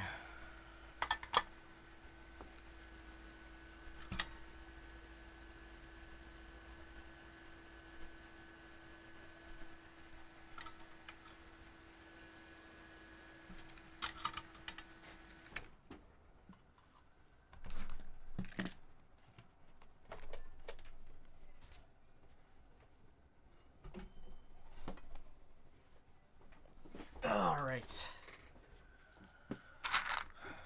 So, bring this back into play here. Let me clean up behind here. Got a little messy.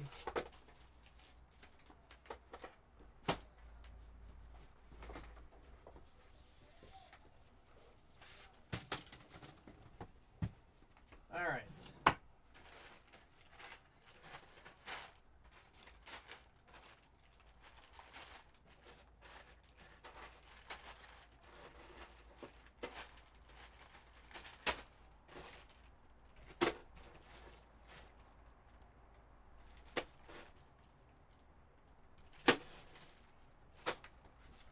here's a bunch of switches.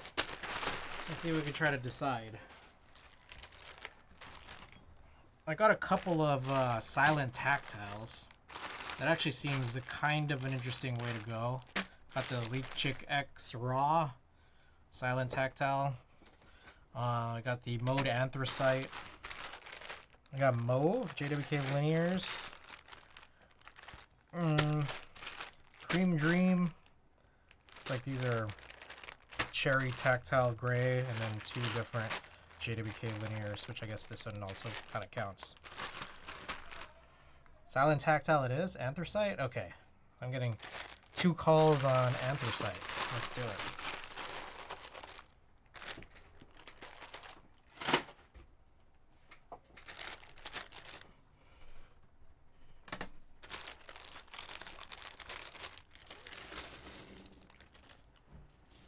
Sound good? Ooh, okay, so these are kind of loose in, so they are 5-pin, but they are kind of loose in the holes, so we're going to use that tool that Wise Donkey has graciously provided. To which Wise Donkey will always say to use a rubber band, but I don't know where my rubber bands are. So I might not be able to do that. But it's okay. We can do it without a rubber band.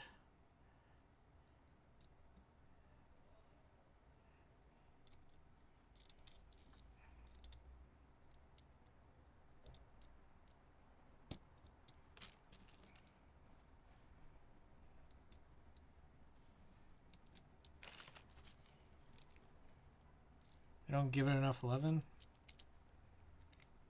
I feel like silent tactiles are pretty interesting. Because they're not really silent, but they're not loud either. They just sometimes just sound really good.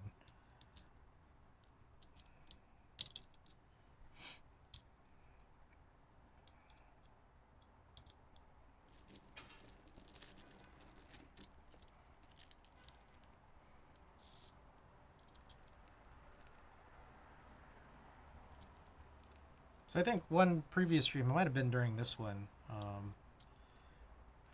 Okay. How do I put this?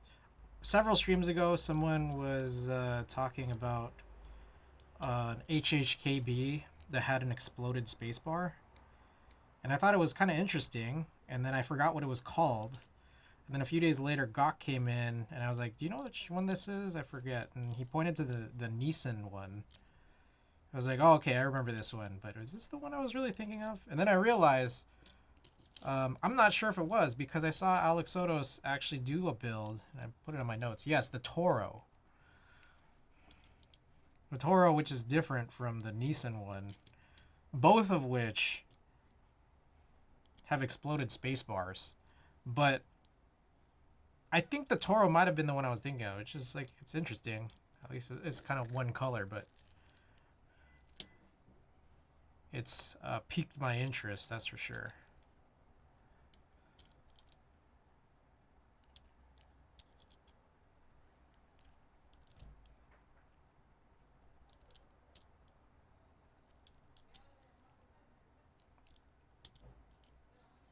GMK Feng Lisu. Ooh.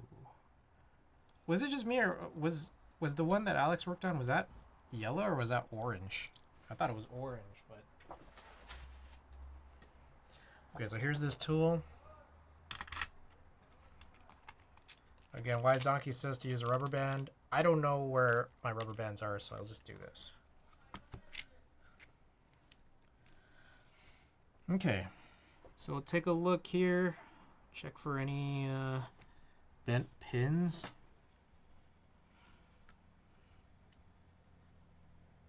And then we'll still just do, whereas a rubber band will kind of help keep things aligned really well, we'll probably still just do the, you know, the one pin at a time approach.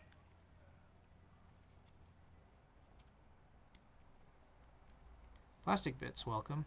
Super pretty yellow. I pre-ordered this snake from Toro in the mustard yellow, hoping it winds up being the same color.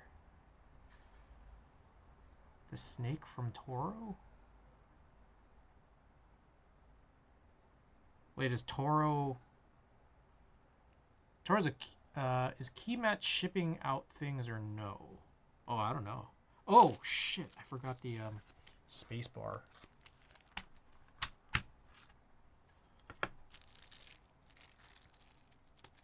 The designer is also a new vendor. Ah, okay. Has the exclusive yellow color. Interesting. Is it an in stock or I'm guessing it's a group buy? Oh, pre-ordered, yeah. When does it go until? Oh, wait, the snake also is from Toro? Oh shit, sorry.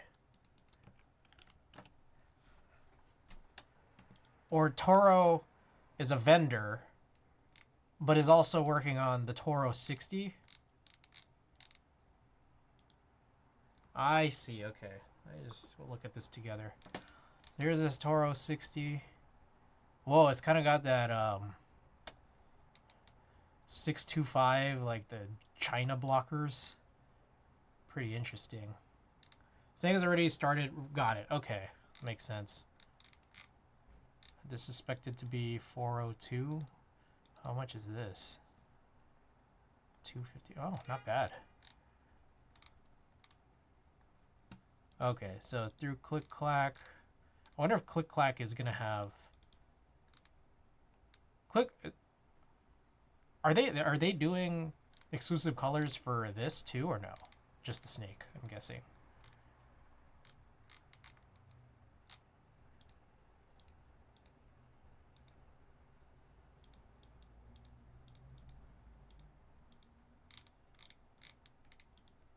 Just snake. Click Clack has a dark purple with yeah. As cool as it is, I think I'm still probably leaning towards a champagne. The chroma weight seems sick though, on the Click Clack purple.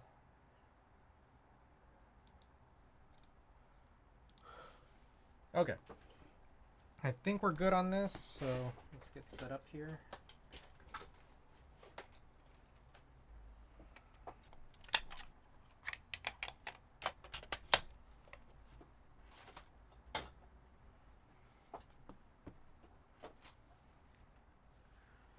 Probably just one glove is fine.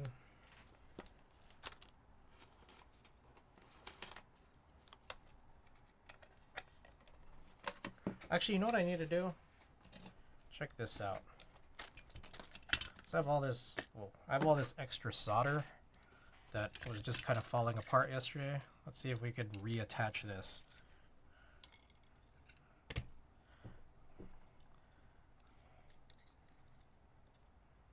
Just kind of twist it on.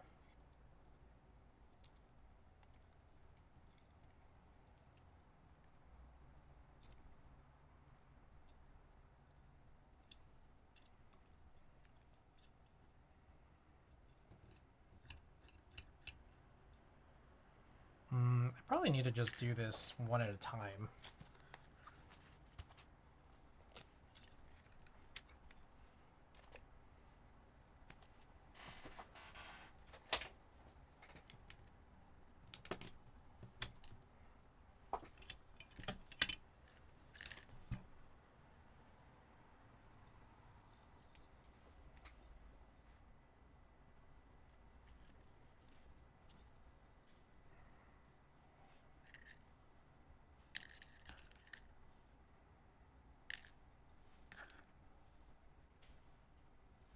Okay.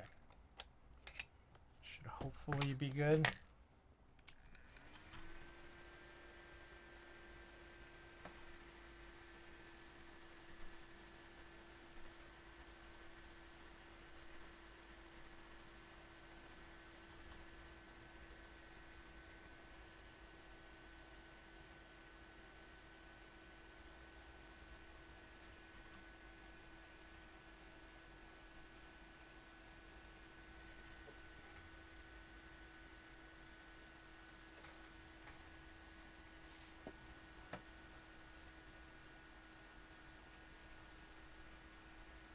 So we're going to continue doing all these single pins.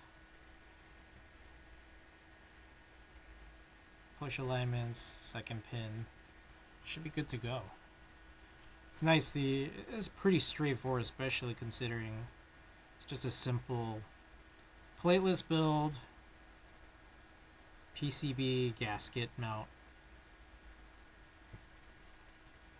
Should be a relatively simple, quick build. Is there anything else we gotta do? I'll probably work on, I've been leaving this little task here for like the last week, which is I need to fix some of these kale BCPs. A few of them are not as smooth, a little different sound.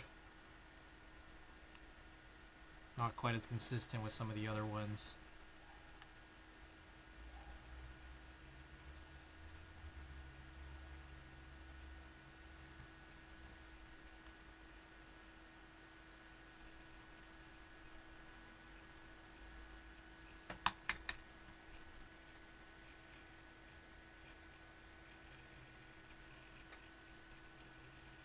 Alright, we're almost getting to that twisted part.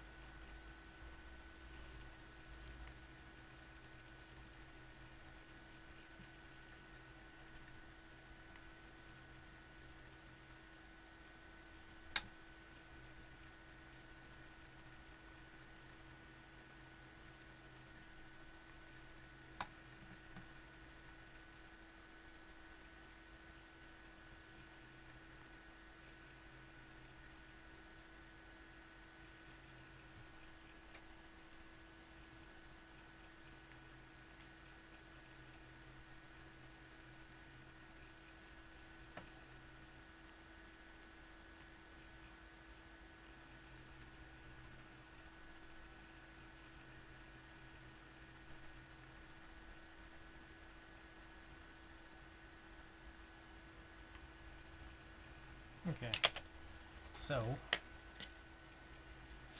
let's try to do the rest of this. I think there's a bunch of short ones. Oh shit.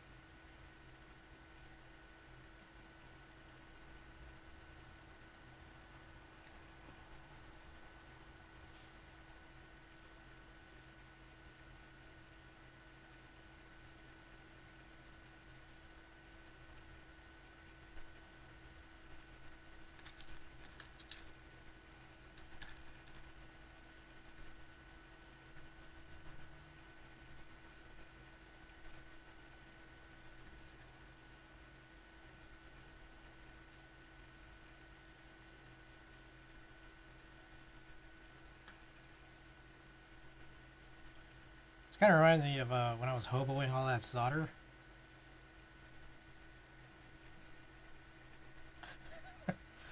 I remember that.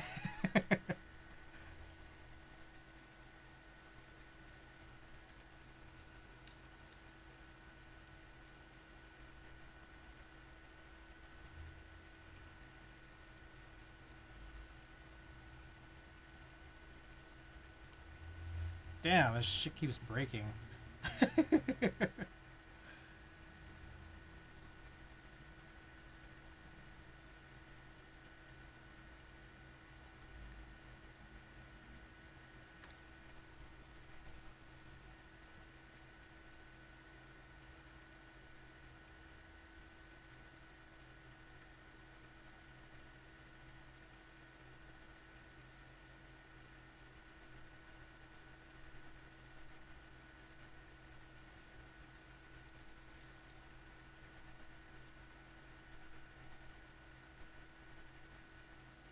God damn.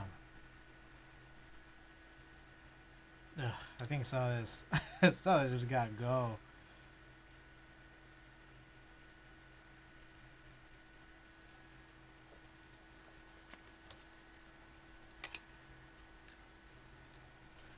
Looks kind of like barbed wire.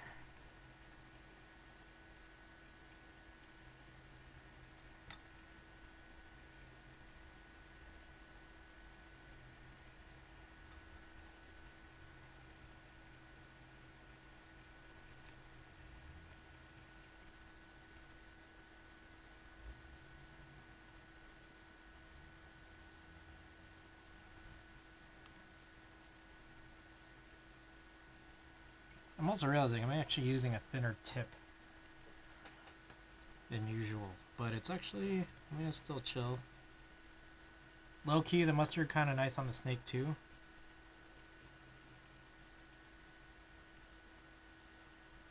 I want to go back and watch that Toro. The Toro build from Alex. Because the picture of the mustard, I don't know if that's I'm guessing that's a render. I don't know that I like it. But I do remember seeing that color on Alex Soto's stream, and it was pretty nice.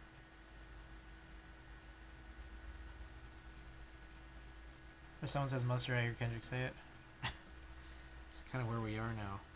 Do you think they probably did that on purpose, huh? One of these has like too much.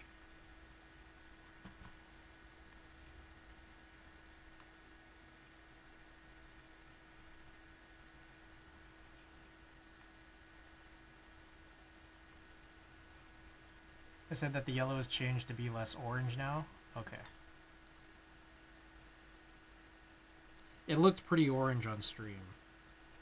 But then the one on the renders, I don't know that I'm a fan of it.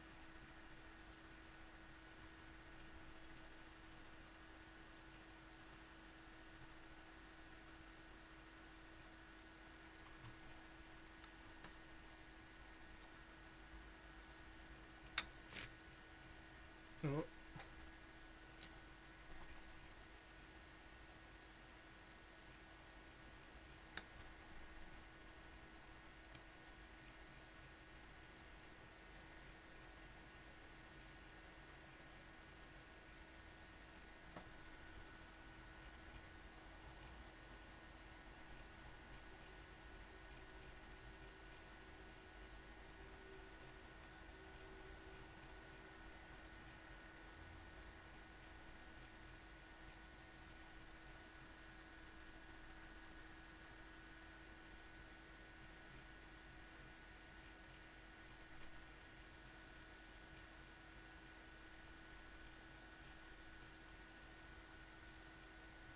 Oh god. Oh shit. Ah, why did I do that? That was stupid. Alright. Let's try this again.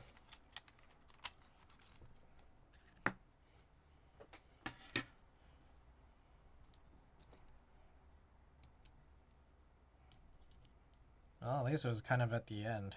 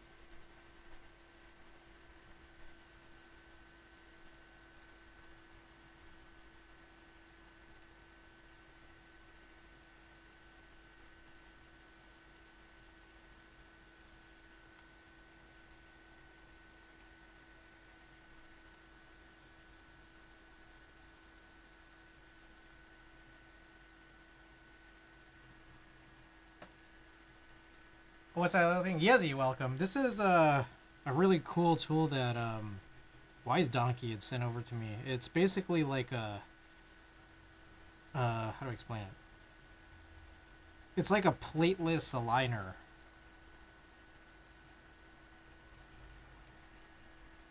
It actually even kind of helps with, like, even when you have a plate.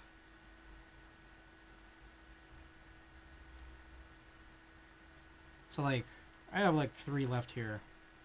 The idea is that, like, it's going to be hard to, like, kind of just know or, like, how to align things properly. It's like, this is loose, but especially when like the legs are too loose for these pins. But it's like you put everything here, and then like it's like grooved here just to like fit what you would imagine the opposite side to be, or like the inverse negative space of what these switches are. Flip it over, and then like we're kind of good here, right? Savior, welcome. Savior, oh, you got it. Nice. I was gonna ask you that if you got the Cappy, because I saw that it was like sold out like probably 15 minutes in. What color did you get?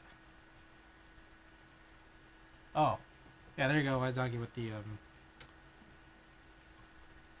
3D link. I don't know what you call it, model link, printable link. Okay, that should be good now. Again, I don't have my rubber bands, but I will just do the alignments manually. The big key is that like you can't do it too quick. I have to like wait for the pin to cool down.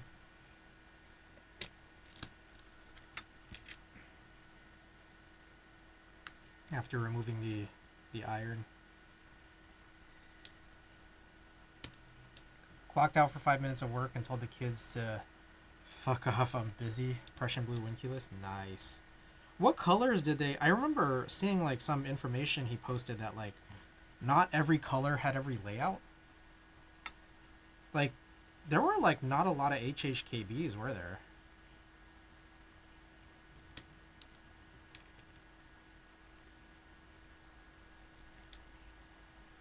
Tried for silver HHKB Cappy, but it was too slow. Damn.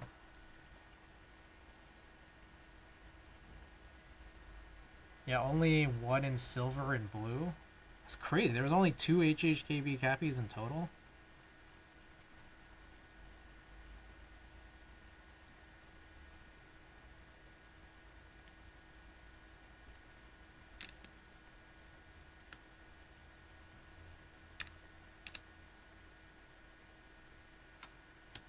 That one was pretty good. I think that was B. Oh, that one was good too.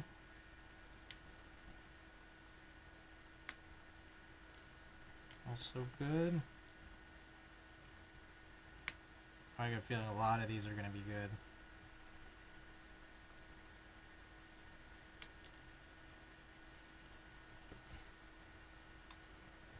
Oh, I got some news. Canon Keys processed my Freya PCB refund, so just out the cost of shipping, I guess. What else? Oh, Rolly 35AF. I ended up getting that refunded too, minus a $58 processing fee.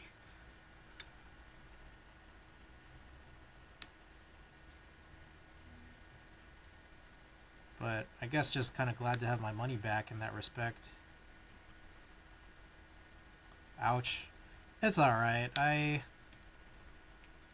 Yeah, it was like 58, like the way I look at it is just, it was 58 bucks because it was a pre-order, and then like I just wanted it during the pre-order, the refund during the pre-order period. It was like 58 bucks to like hold my spot. What made you change your mind? I guess there were some reviews that weren't necessarily super favorable about it. Like felt kind of plasticky. The two-handedness of it because the advancement lever was on the opposite hand of the shutter. What else is there? Annoying, cumbersome to load film because it was like copying the old mechanism, which is just kind of like, well, you could have just improved the mechanism. And then also just like the couple realizations that like it wasn't, I don't think it was as small as I was hoping. Not that I've seen it in real life, but like I was hoping that it would be comparable to like my Contax cameras, but I think they're gonna be like, it was gonna be a little bit wider, like more depth. which is just like harder to pocket, I feel like, especially with that protruding lens, which doesn't, retract. Um, and then yeah, with that said, it's like given all that, like the realization that like I'm probably just still not going to be using it as much as my other cameras. So it was a lot of things, and so it cost me $58 to realize all that, which is fine. It's like I'm glad it exists, and like I feel bad. One of the reasons why I was thinking of not getting it refunded is just because like support, like this idea of supporting like the return of like new production film cameras is really cool. But there's another part of me where it's just like I'm not sure if I really necessarily want it at this particular price. I do think the concept of them putting in like basically an autofocus system that's never existed in a film camera before was really cool. But it just wasn't. I feel like it just wasn't enough for me to think that like, you know what, like I'm still gonna be using my other cameras. I'd rather spend my money on keyboard stuff.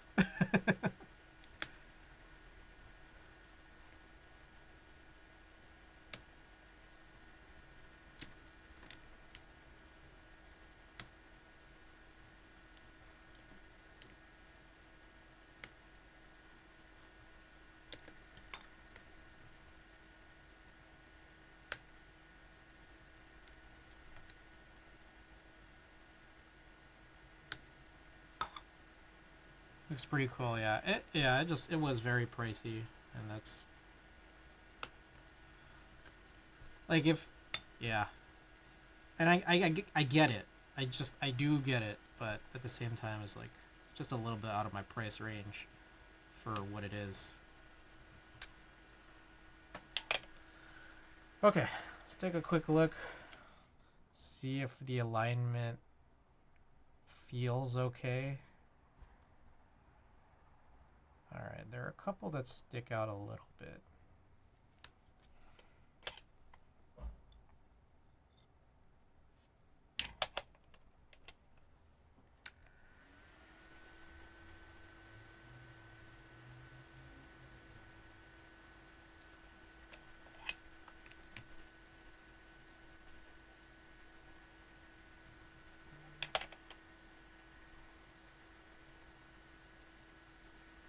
One second.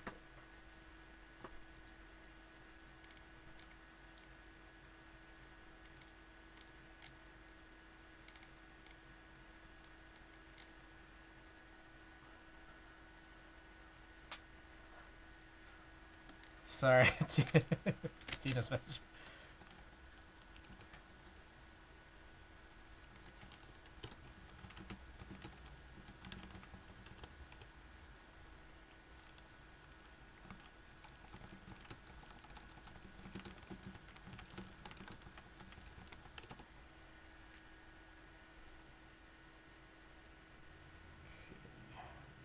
This one right here.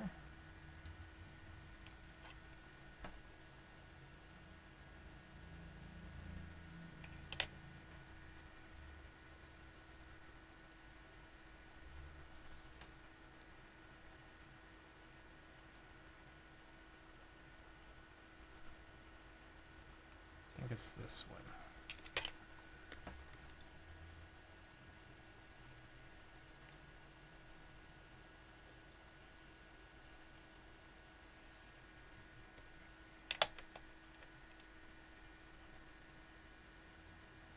Alright. I'm looking at this just kind of thinking this is probably good enough, I think.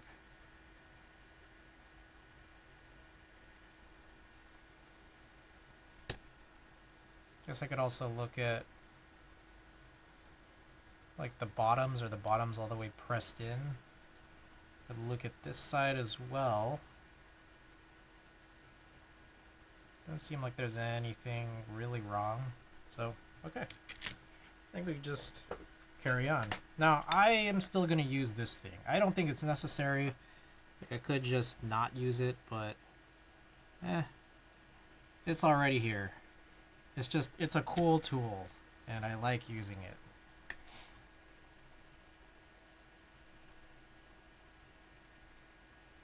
Thank you again, Wise Donkey.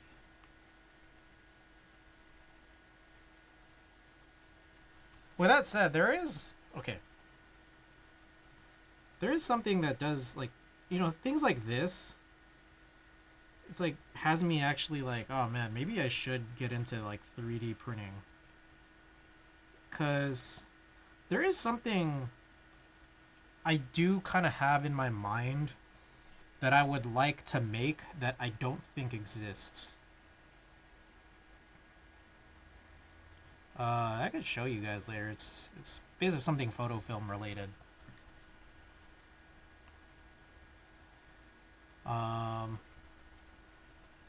Essentially, there are these like film splicing tools, and the idea is like I saw a video of one where I guess this idea that like for motion film, if you just have like part of your film just torn off,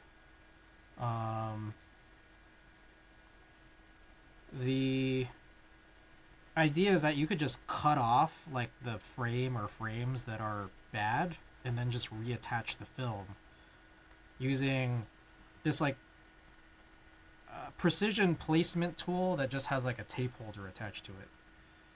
I'd like to actually have something like that, but not exactly a film splicer. I have some reservations about the general design of a film splicer tool, specifically outside of the context of motion film, but like still film.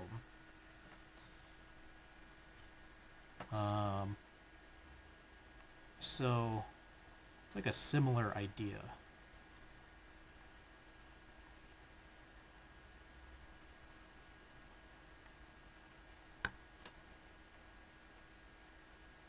Something I'd be interested in. Oh, who is that? Savior. Thank you for the 11 months. Almost a year. Thank you. We are now 32 subs away from an NK87 giveaway. Remember that, Savior? Tell them all about it. You know more about it than I do.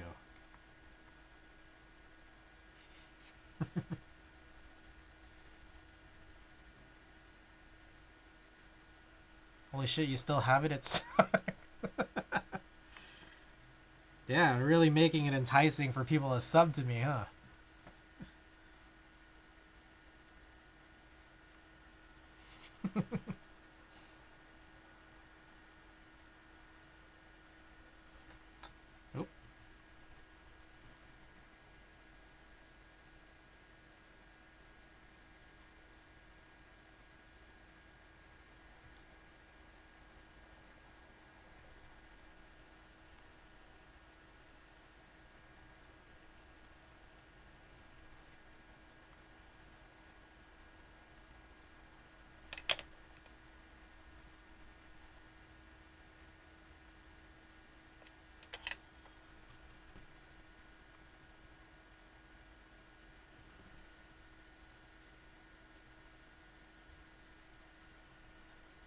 Oh, who is that?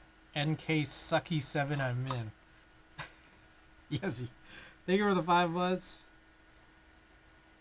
Appreciate being your guys' one and only primes. For each of you. Doesn't really make sense. One and only ones, One and only primes. Per each of you. It's kind of like, you guys ever watch, what's it called? Airheads? The Lone Rangers? Is that the name of the band?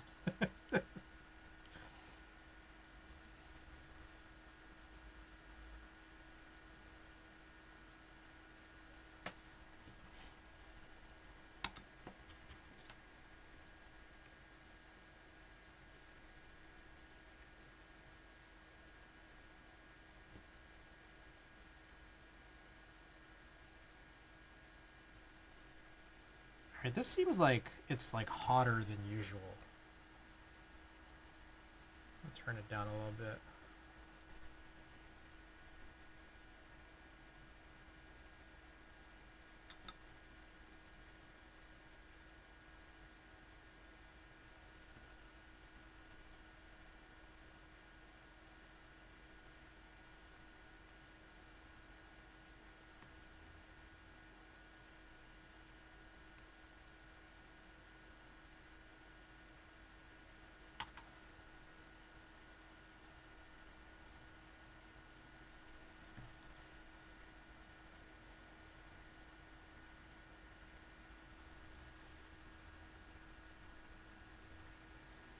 Alright, more news and notes.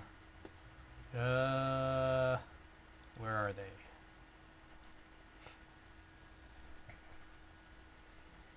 I'm debating upgrading my negative supply stuff. There's like newer versions of it that are really expensive, but there is like a trade-in. There's a trade-in program that they have where you get very little value for the stuff that you already have. But it does sound like there are some improvements to their systems, but it's just, is it worth it? Probably not. It would just make things nicer. Okay, so that should be all of them.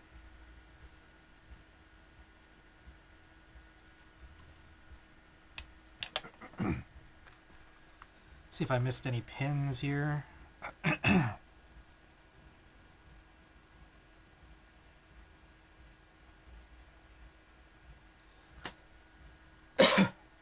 Everything else looks fine here, I think. So let's get this off. Hope that everything is good. It's easy mate, so it's one of those things that's like kind of not easy to test. I'm gonna go wash my hands. Maybe I should clean this area up.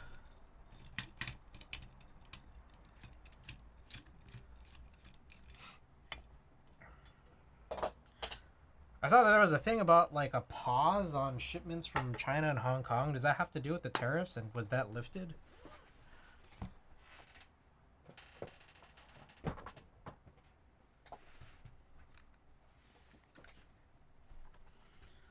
Let me know. I'm gonna go wash my hands.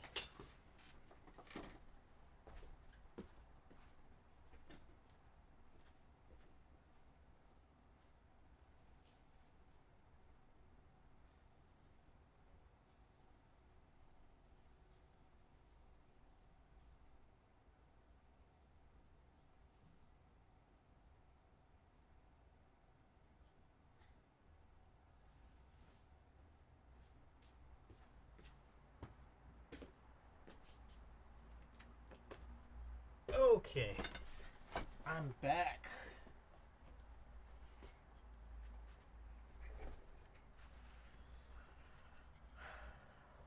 What else we got here? I also finally, after like months of talking about it, I finally bought the OG beige extensions from Oblo.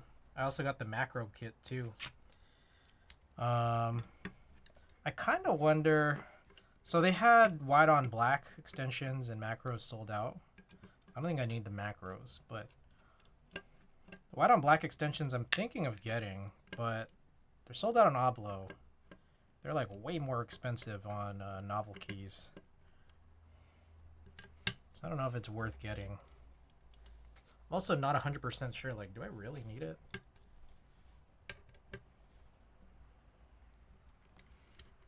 Don't feel like I really use white on black that much, so maybe not.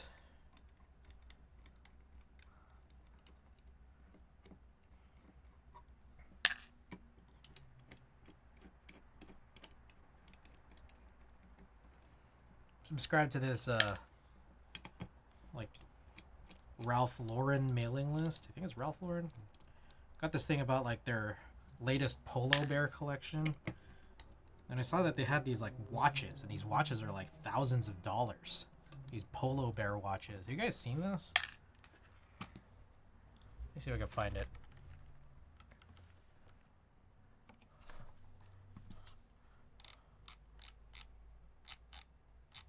All right, watch this. sort by price high to low. Look at this. Oh, did they sell out of some of the, there's like some interesting ones. This one right here, 22.50 for this tuxedo polo bear watch.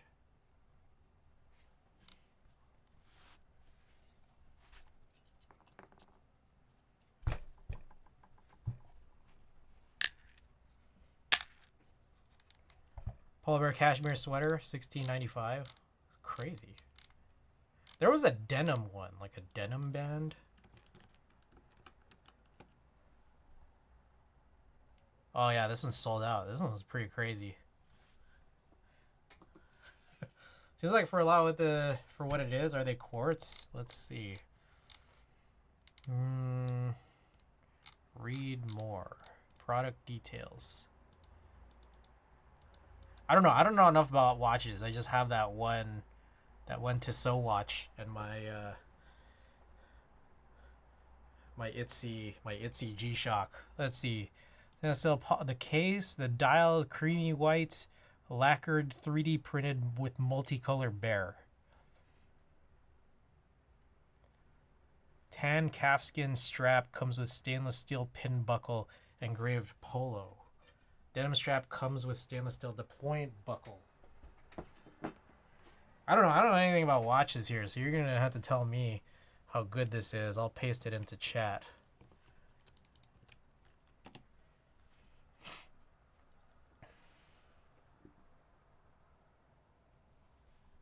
Oh yeah, they're automatics, nice but kind of pricey.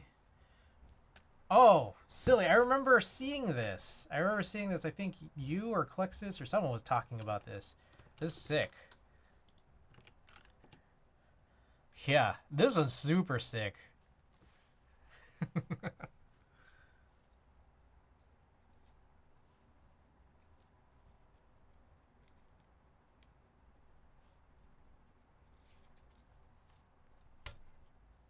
Oh shit, I'm late. Sure, welcome. You're not late. You're kind of on time here.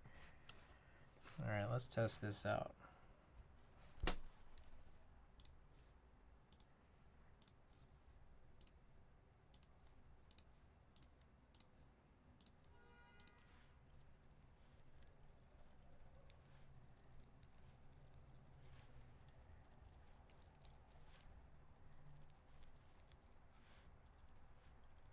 Perfect.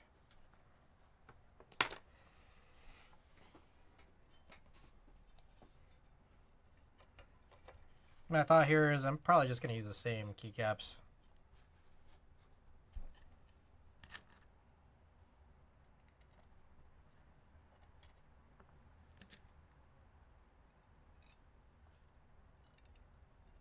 T-minus 5 days till going to the military. The anxiety is creeping in, dude. Oh, good luck, man.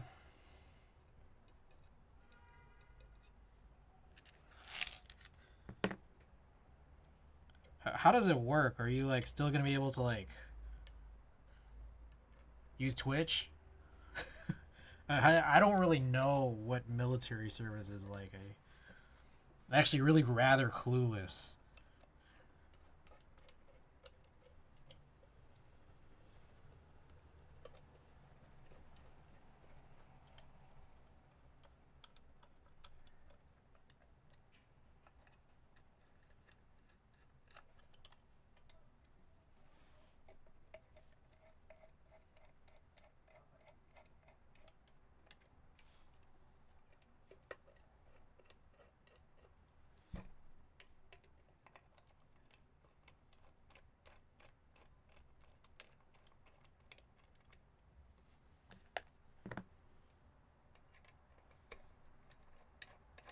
Alright, so my hope here is that these anthracite switches have stems that don't shrink.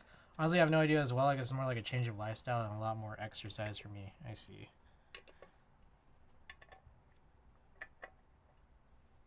So it's kind of like a really long field trip. What it sounds like?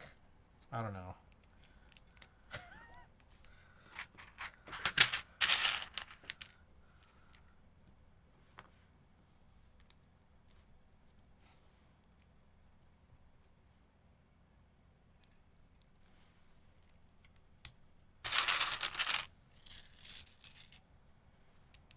Damn, I'm like pretty hungry right now.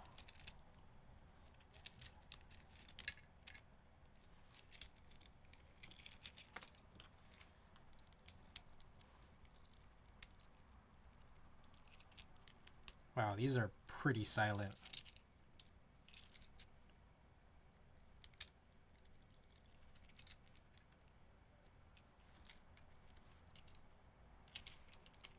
Not sure if I like it yet. I think I'll need to type on it to find out.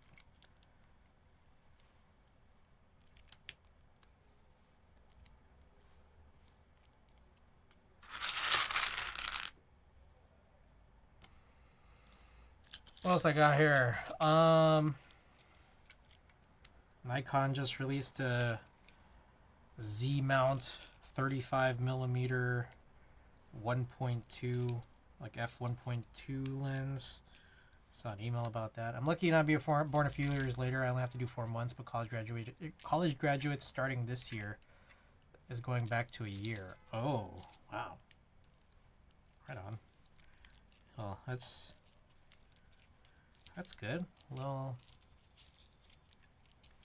little shorter, I suppose.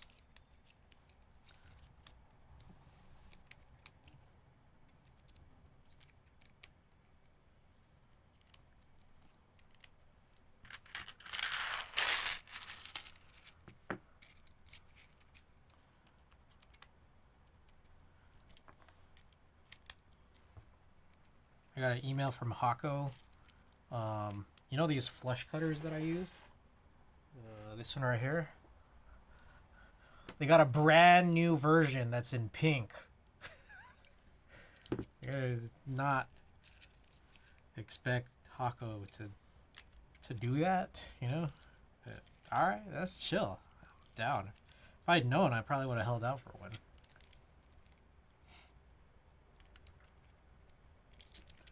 Oh, I'm hungry. Jeez.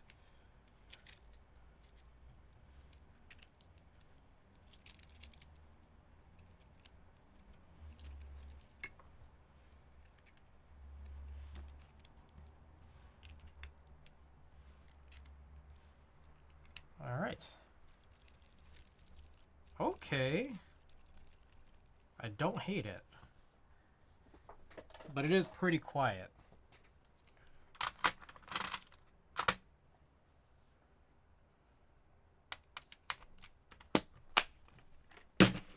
All right, let's put in a prediction period, yeah? You guys want to do some predicting?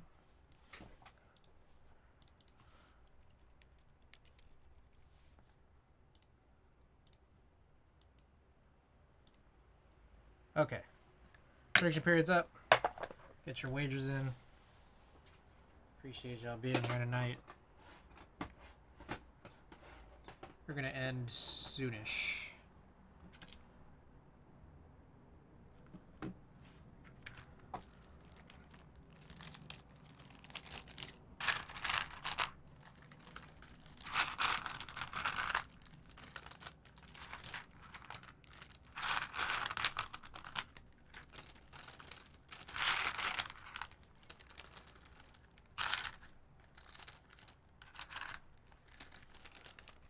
Get your wagers in.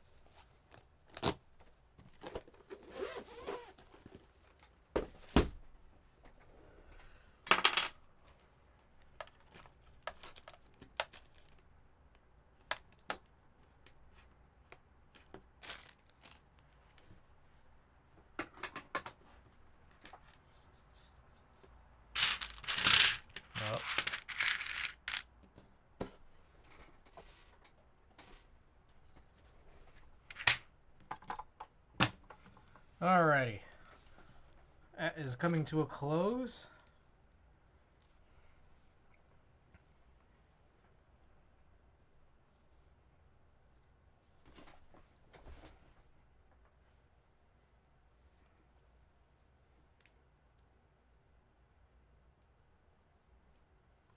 All right.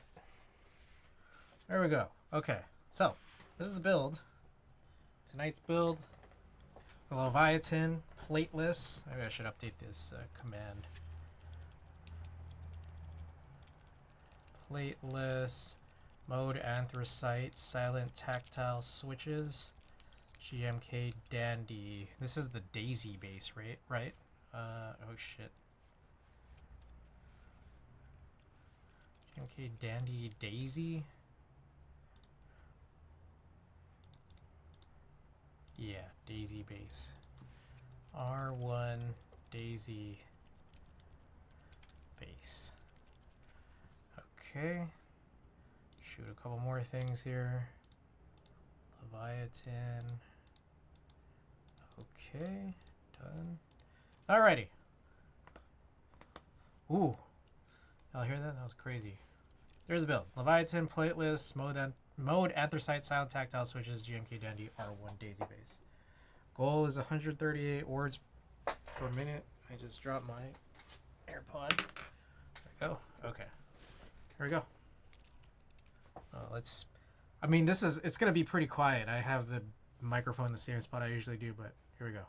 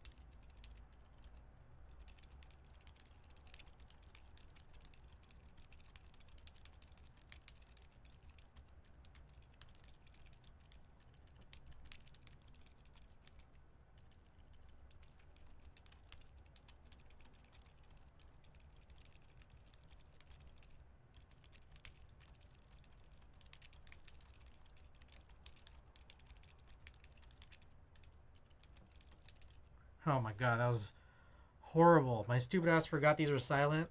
Yeah, this is pretty quiet. I don't know that I like this as much as other. I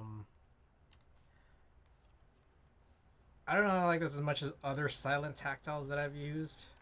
Maybe I just need to use it more. Maybe I need to use it during a work day. Wait, hold on. What am I doing here? Prediction. Klexus, welcome. Shouts out to the doubters. I feel like, yeah, I'm a little slower with this setup, where it's like the infinite scroll word is always at the center. I'm slower with this. It's nice, but I'm slower. Okay, here we go.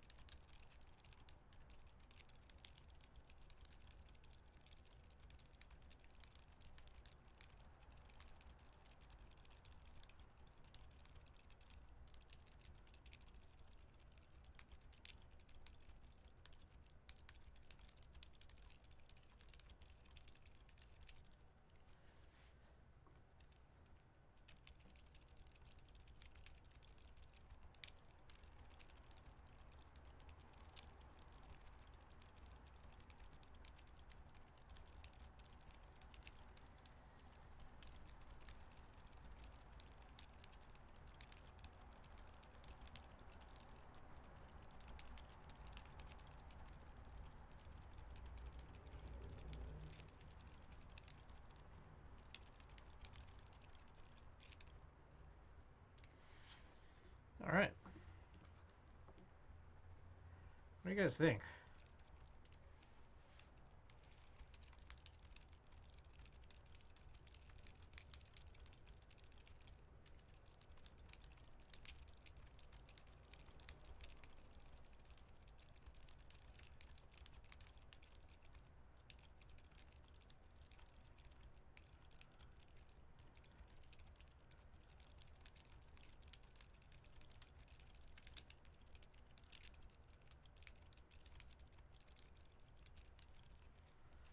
As another HHKB user, I started using the live version in the 90s. Whoa, nice. That's sick. I still actually haven't tried using a light to this day. I want to. I just never got around to it. Okay, there's the board. What you guys think?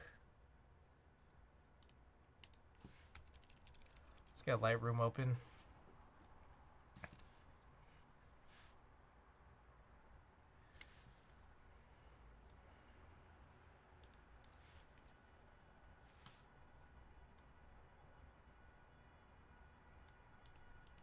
All right, actually, so I actually already did this print. I don't know if you guys wanna run for this. Well, I realized I didn't clean it up. Maybe it's worth doing another print just where it's all cleaned up. I'll do a little Marbles Race giveaway for this guy at this concert in 2017.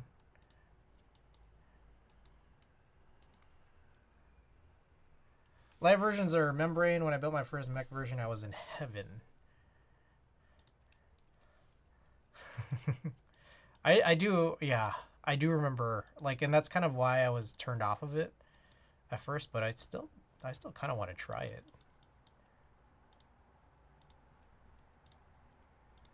I feel like some of this dust is like crystallized onto the film. It's kind of irremovable at this point.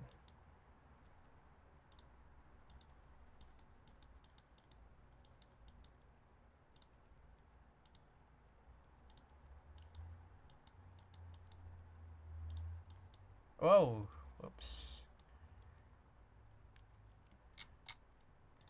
Wonder, let's reveal any big issues.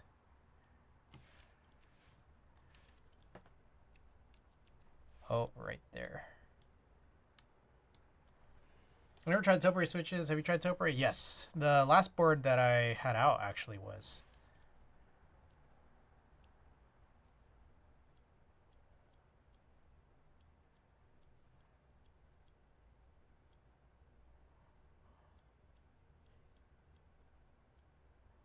Okay, I don't see any other really egregious sensor spots.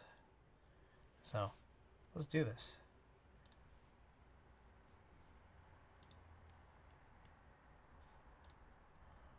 All right, I might forget, and then, because I already did this print like yesterday, so I might forget that I have two, and one of them has been cleaned up. So, you might win one of these. I don't know. We'll find out. Yeah, let's go for it. Okie doke.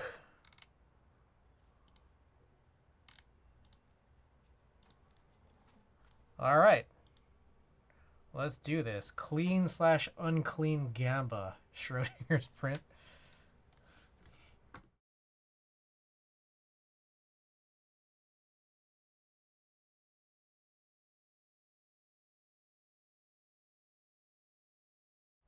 Who you'd like to raid?